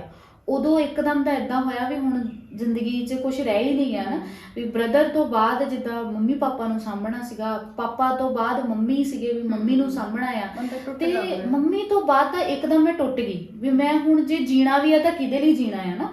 ਇੱਕ ਹੁੰਦਾ ਹੀ ਆ ਵੀ ਤੁਹਾਡੀ ਫੈਮਿਲੀ ਹੈ ਨਹੀਂਗੀ, ਕਿਉਂਕਿ ਲਾਈਫ ਦੇ ਵਿੱਚ ਫੈਮਿਲੀ ਬਹੁਤ ਇੰਪੋਰਟੈਂਟ ਹੈ। ਤਾਂ ਮੇਰੇ ਕੋਲ ਤਾਂ ਕੋਈ ਹੈ ਹੀ ਨਹੀਂ ਸੀਗਾ ਜਿਹਦੇ ਲਈ ਮੈਂ ਜੀਣਾ, ਜਾਂ ਜੇ ਮੈਂ ਰੋਂਦੀ ਹਾਂ ਜਾਂ ਮੈਂ ਮੇਰੇ ਦਿਲ ਦੇ ਵਿੱਚ ਕੋਈ ਗੱਲ ਹੈ ਮੈਂ ਕਿਸੇ ਨਾਲ ਸ਼ੇਅਰ ਕਰ ਲਵਾਂ। ਉਸ ਟਾਈਮ ਮੈਂ ਬਹੁਤ ਜ਼ਿਆਦਾ ਟੁੱਟੀ ਹੈ ਨਾ। ਇੱਕ ਵਾਰੀ ਲਾਈਫ ਬਹੁਤ ਇੰਬੈਲੈਂਸ ਜੀ ਹੋ ਗਈ, ਪਰ ਉਹ ਕਹਿੰਦੇ ਵੀ ਜਦੋਂ ਤੱਕ ਤੁਹਾਡੀ ਏਜ ਲਿਖੀ ਹੋਈ ਹੈ ਨਾ ਵੀ ਤੁਹਾਨੂੰ ਰੱਬ ਨੇ ਕੋਈ ਨਾ ਕੋਈ ਸਹਾਰਾ ਦੇਣਾ। ਮੰਮੀ ਤੋਂ ਬਾਅਦ ਤਾਂ ਮੈਂ ਇੱਕ ਵਾਰੀ ਜਿੱਦਾਂ ਸੁਸਾਈਡ ਕਰਨ ਦੀ ਵੀ ਕੋਸ਼ਿਸ਼ ਕੀਤੀ ਵੀ ਮੈਂ ਆਪਣੀ ਲਾਈਫ ਖਤਮ ਕਰ ਲਾਂ, ਵੀ ਮੇਰੀ ਲਾਈਫ ਦਾ ਹੁਣ ਕੋਈ ਮਕਸਦ ਨਹੀਂ ਹੈ। ਕਿਉਂਕਿ ਜੇ ਤਾਂ ਤੁਹਾਡੇ ਨਾਲ ਕੋਈ ਹੋਵੇ ਨਾ ਬੰਦੇ ਨੂੰ ਜੀਣ ਦਾ ਵੀ ਮਜ਼ਾ ਆਉਂਦਾ ਹੈ, ਪਰ ਜੇ ਕੋਈ ਹੈ ਹੀ ਨਹੀਂਗਾ, ਹਰ ਪਾਸੇ ਦੁੱਖ ਹੀ ਦੁੱਖ ਆ, ਤਾਂ ਫਿਰ ਤਾਂ ਤੁਹਾਨੂੰ ਇੱਦਾਂ ਹੀ ਲੱਗਦਾ ਵੀ ਮੇਰੀ ਲਾਈਫ ਦਾ ਕੋਈ ਮੋਟਿਵ ਹੈ ਹੀ ਨਹੀਂਗਾ। ਪਰ ਉਹ ਕਹਿੰਦੇ ਵੀ ਰੱਬ ਨੇ ਜਦੋਂ ਤੱਕ ਉਮਰ ਲਿਖੀ ਹੈ ਵੀ ਉਹ ਤਾਂ ਤੁਸੀਂ ਭੋਗਣੀ ਆ। ਤਾਂ ਮੈਨੂੰ ਉਸ ਤੋਂ ਬਾਅਦ ਫਿਰ ਹਸਬੈਂਡ ਦਾ ਸਾਥ ਮਿਲਿਆ, ਮੇਰਾ ਵਿਆਹ ਹੋਇਆ, ਤੇ ਹਸਬੈਂਡ ਦਾ ਬਹੁਤ ਜ਼ਿਆਦਾ ਸਪੋਰਟ ਸੀਗਾ। ਉਹਨਾਂ ਨੇ ਮੰਮੀ ਪਾਪਾ ਭਰਾ ਸਾਰਿਆਂ ਦਾ ਪਿਆਰ ਉਹਨਾਂ ਤੋਂ ਮੈਨੂੰ ਮਿਲਿਆ ਨਾ। ਉਹਨਾਂ ਨੇ ਜੋ ਸੁਪਨੇ ਕਿਤੇ ਨਾ ਕਿਤੇ ਪਿੱਛੇ ਰਹਿ ਗਏ ਸੀਗੇ ਵੀ ਘਰ ਦੀਆਂ ਜ਼ਿੰਮੇਵਾਰੀਆਂ ਦੇ ਵਿੱਚ ਪਿੱਛੇ ਰਹਿ ਗਏ ਸੀਗੇ, ਤਾਂ ਉਹ ਉਹਨਾਂ ਦੇ ਨਾਲ ਮਿਲ ਕੇ ਹੈ ਨਾ ਪੂਰੇ ਕਰਨ ਦੀ ਕੋਸ਼ਿਸ਼ ਕੀਤੀ, ਕਿਉਂਕਿ ਉਹਨਾਂ ਦਾ ਸਾਥ ਸੀ ਪੂਰਾ। ਤਾਂ ਉਹਨਾਂ ਨੇ ਕਿਹਾ ਵੀ ਤੂੰ ਜੋ ਕਰਨਾ ਚਾਹੁੰਦੀ ਆ ਮੈਂ ਤੇਰੇ ਨਾਲ ਆ। ਤਾਂ ਇਹੀ ਸੋਚ ਕੇ ਮੈਂ ਅੱਗੇ ਪੜ੍ਹਨ ਦੀ ਸੋਚਿਆ ਵੀ ਮੈਂ ਕੈਨੇਡਾ ਜਾ ਕੇ ਪੜ੍ਹੂੰਗੀ, ਪਰ ਉੱਥੇ ਦੇ ਹਾਲਾਤਾਂ ਨੇ ਉੱਥੇ ਰਹਿਣ ਨਾ ਦਿੱਤਾ, ਤੇ ਸਿਹਤ ਵੀ ਖਰਾਬ ਹੁੰਦੀ ਗਈ। ਫਿਰ ਕੋਈ ਗੱਲ ਨਹੀਂ, ਹੁਣ ਵੀ ਜ਼ਿੰਦਗੀ ਚੱਲਦੀ ਪਈ ਆ, ਵਧੀਆ ਚੱਲਦੀ ਪਈ ਆ। ਵਾਪਸ ਆ ਕੇ ਤਾਨੇ ਜ਼ਰੂਰ ਹੈ, ਇੱਕ ਟੈਗ ਜ਼ਰੂਰ ਲੱਗ ਗਿਆ ਵੀ ਇਹ ਕੈਨੇਡਾ ਤੋਂ ਵਾਪਸ ਆਈ ਹੈ, ਨਾ ਕਾਮਯਾਬ ਹੋ ਕੇ ਵਾਪਸ ਆਈ ਹੈ। ਪਰ ਮੈਂ ਇਹ ਚੀਜ਼ ਨਹੀਂ ਸੋਚਦੀ। ਠੀਕ ਹੈ, ਉਸ ਟਾਈਮ ਮੇਰੇ ਹਾਲਾਤ ਸੀਗੇ ਮਾੜੇ, ਮੈਂ ਬਿਮਾਰ ਬਹੁਤ ਸੀਗੀ। ਜਦੋਂ ਤੁਸੀਂ ਸਟ੍ਰੈਸ ਦਾ ਸ਼ਿਕਾਰ ਹੋ ਜਾਂਦੇ ਹੋ ਜਾਂ ਡਿਪਰੈਸ਼ਨ ਦਾ ਸ਼ਿਕਾਰ ਹੋ ਜਾਂਦੇ ਹੋ ਤਾਂ ਉਸ ਟਾਈਮ ਤੁਹਾਡਾ ਮਾਈਂਡ ਕੰਮ ਕਰਨਾ ਬੰਦ ਕਰ ਜਾਂਦਾ ਆ। ਜਿਹੜਾ ਡਿਪਰੈਸ਼ਨ ਹੈ ਉਹ ਇਹ ਨਹੀਂ ਹੈ ਵੀ ਦਵਾਈਆਂ ਦੇ ਨਾਲ ਠੀਕ ਹੋ ਜਾਂਦਾ ਹੈ, ਹਨਾ। ਡਿਪਰੈਸ਼ਨ ਦੇ ਵਿੱਚ ਤੁਹਾਨੂੰ ਕਿਸੇ ਆਪਣੇ ਦਾ ਸਾਥ ਬਹੁਤ ਜ਼ਰੂਰੀ ਆ। ਮੈਨੂੰ ਮੈਮ ਐਦਾਂ ਦੇ ਵੀ ਕਮੈਂਟ ਆਏ, ਇਹ ਵੀ ਮੈਂ ਤੁਹਾਡੇ ਨਾਲ ਸ਼ੇਅਰ ਕਰਨਾ ਚਾਹੂੰਗੀ ਵੀ ਮੈਨੂੰ ਕਈ ਨਾ ਨੀਚੇ ਲਿਖਿਆ ਗਈਆਂ ਨੇ, ਲੈ ਮੈਂ ਵੀ ਡਿਪਰੈਸ਼ਨ 'ਚ ਆ, ਮੇਰੇ ਤਾਂ ਬੱਚੇ ਵੀ ਹੈਗੇ ਆ, ਹਨਾ, ਤੇ ਮੈਂ ਜੌਬ ਵੀ ਕਰਦੀ, ਮੈਨੂੰ ਵੀ PCOD ਹੈਗੀ ਆ, ਤੂੰ ਤਾਂ ਕੰਮ ਹੀ ਨਹੀਂ ਸੀ ਕਰਨਾ ਚਾਹੁੰਦੀ ਤਾਂ ਤੂੰ ਵਾਪਸ ਆ ਗਈ। ਤਾਂ ਮੇਰਾ ਉਹਨਾਂ ਨੂੰ ਥੋੜਾ ਜਿਹਾ ਜਵਾਬ ਹੈ ਵੀ ਜੇ ਮੈਂ ਕੰਮ ਨਹੀਂ ਕਰਨਾ ਚਾਹੁੰਦੀ ਸੀ ਤਾਂ ਮੈਂ ਜਾਣਾ ਵੀ ਕਿਉਂ ਸੀ। ਜੇ ਮੈਂ ਇੱਥੇ ਇੰਨਾ ਕੰਮ ਕਰ ਸਕਦੀ ਸੀ, ਦੇਖੋ ਮੈਨੂੰ ਵੀ ਪਤਾ ਸੀ ਵੀ ਮੈਂ ਉੱਥੇ ਜਾਣਾ ਆ, ਚਾਹੇ ਇੰਡੀਆ ਆ, ਚਾਹੇ ਕੈਨੇਡਾ ਆ, ਚਾਹੇ ਹੋਰ ਕੋਈ ਵੀ ਕੰਟਰੀ ਆ। ਜੇ ਅਸੀਂ ਕੰਮ ਕਰਾਂਗੇ ਤਾਂ ਹੀ ਸਰਵਾਈਵ ਕਰ ਸਕਾਂਗੇ, ਹਨਾ, ਵੀ ਜੌਬ ਕਰਾਂਗੇ, ਪੈਸਾ ਕਮਾਵਾਂਗੇ ਤਾਂ ਹੀ ਅੱਗੇ ਸਰਵਾਈਵ ਕਰਾਂਗੇ। ਕਿਉਂਕਿ ਇੱਥੇ ਤਾਂ ਕੋਈ ਹੈ ਵੀ ਨਹੀਂ ਵੀ ਜੇ ਆਪਾਂ ਵੀ ਅਗਲਾ ਕਹਿੰਦਾ ਕਿ ਇੰਡੀਆ ਦੇ ਵਿੱਚ ਆ ਤਾਂ ਅਸੀਂ ਉਹ ਨਹੀਂ ਕਰ ਸਕਦੇ, ਮਤਲਬ ਜ਼ਿਆਦਾ ਮਿਹਨਤ ਨਹੀਂ ਕਰਦੇ। ਮੈਨੂੰ ਤਾਂ ਲੱਗਦਾ ਮਿਹਨਤ ਇੱਥੇ ਵੀ ਬਹੁਤ ਜ਼ਿਆਦਾ ਹੈ। ਮੈਮ ਸਟਰਗਲ ਦੇਖੋ ਹਰ ਜਗ੍ਹਾ ਆ। ਹੁਣ ਜਿੱਦਾਂ ਆਪਾਂ ਚਲੋ ਪਿੰਡ ਚੋਂ ਉੱਠ ਕੇ ਜੇ ਆਪਾਂ ਸ਼ਹਿਰ 'ਚ ਹੀ ਆਈਏ, ਸਟਰਗਲ ਉੱਥੇ ਵੀ ਆ ਵੀ ਹਰ ਇੱਕ ਬੰਦਾ ਜੌਬ ਕਰਦਾ ਆ। ਇਹ ਨਹੀਂ ਹੁੰਦਾ ਵੀ ਹਰ ਇੱਕ ਬੰਦਾ ਵਿਹਲਾ ਹੀ ਬੈਠਾ ਰਹਿੰਦਾ ਹੁੰਦਾ। ਹਰ ਇੱਕ ਬੰਦੇ ਨੂੰ ਪਤਾ ਹੈ ਵੀ ਮੈਂ ਆਪਣੀ ਜ਼ਿੰਦਗੀ ਚਲਾਉਣੀ ਹੈ, ਆਪਣੀ ਇੱਕ ਸੋਚ ਹੈ। ਪਰ ਆਪਾਂ ਨਾ ਕਿਸੇ ਦੀਆਂ ਗੱਲਾਂ 20-25 ਮਿੰਟ ਸੁਣ ਕੇ ਆਪਾਂ ਉਹਦੀ ਲਾਈਫ ਨੂੰ ਜੱਜ ਨਹੀਂ ਕਰ ਸਕਦੇ। ਮੇਰੇ ਨਾਲ ਕੁਛ ਏਦਾਂ ਹੋਇਆ ਵੀ ਲੋਕਾਂ ਨੇ ਨਾ ਥੋੜਾ ਜਿਹਾ ਮੇਰਾ ਸੁਣ ਕੇ ਵੀ ਹਾਂ ਜੀ ਇਹਨੇ ਹਾਲਾਤ ਦੱਸਿਆ, ਤਾਂ ਲੋਕਾਂ ਨੇ ਉਹਨਾਂ ਨੂੰ ਹਾਲਾਤਾਂ ਨੂੰ ਸਮਝਣਾ ਤਾਂ ਕੀ ਸੀ, ਉਹਨਾਂ ਨੇ ਮੈਨੂੰ ਜੱਜ ਕਰਨਾ ਸ਼ੁਰੂ ਕਰ ਦਿੱਤਾ। ਲੈ ਇਹਦੇ ਤੋਂ ਨਹੀਂ ਹੋਇਆ, ਇਹਦੇ ਤੋਂ ਨਹੀਂ ਹੋਇਆ, ਇਹ ਮੋਟੀਆਂ ਏਦਾਂ ਦੇ ਟੈਗ ਲਾਣੇ ਸ਼ੁਰੂ ਕਰ ਦਿੱਤੇ, ਇਹਨੇ ਤਾਂ ਪੈਸਾ ਬਰਬਾਦ ਕਰ ਦਿੱਤਾ, ਇਹਨੇ ਘਰ ਵਾਲਾ ਪਿੱਛੇ ਲਾਇਆ ਹੋਇਆ, ਏਦਾਂ ਓਦਾਂ, ਹਨਾ, ਇੰਨਾ ਕੁਛ। ਲੋਕਾਂ ਦੇ ਇਹ ਵੀ ਕਮੈਂਟਸ ਆਉਂਦੇ ਵੀ ਘਰ ਵਾਲਾ ਪਿੱਛੇ ਲਾਇਆ ਕਿ ਜੇ ਉਹ ਬੰਦਾ ਸਾਥ ਦਿੰਦਾ ਹੈ ਨਾ। ਹੁਣ ਹਸਬੈਂਡ ਵਾਈਫ ਦਾ ਰਿਲੇਸ਼ਨ ਹੀ ਏਦਾਂ ਦਾ ਹੁੰਦਾ ਵੀ ਜੇ ਤੁਸੀਂ ਇੱਕ ਦੂਜੇ ਦਾ ਸਾਥ ਨਹੀਂ ਦੇਣਾ ਤਾਂ ਹਸਬੈਂਡ ਵਾਈਫ ਕਾਹਦੇ। ਜੇ ਹਸਬੈਂਡ ਨੇ ਸਾਥ ਦਿੱਤਾ ਜਾਂ ਵਾਈਫ ਨੇ ਹਸਬੈਂਡ ਦਾ ਸਾਥ ਦਿੱਤਾ ਤਾਂ ਇਹਦਾ ਮਤਲਬ ਇਹ ਨਹੀਂ ਹੁੰਦਾ ਵੀ ਹਸਬੈਂਡ ਨੇ ਪਿੱਛੇ ਲਾਇਆ ਜਾਂ ਵਾਈਫ ਨੇ ਪਿੱਛੇ ਲਾਇਆ। ਉਹ ਆਪਣੀ ਸੋਚ ਹੀ ਆ ਵੀ ਉਹ ਲੋਕਾਂ ਦੀ ਸੋਚ ਦਾ ਆਪਾਂ ਕੁਝ ਨਹੀਂ ਕਰ ਸਕਦੇ, ਆਪਾਂ ਸਿਰਫ ਗੱਲ ਹੀ ਕਰ ਸਕਦੇ ਹਾਂ।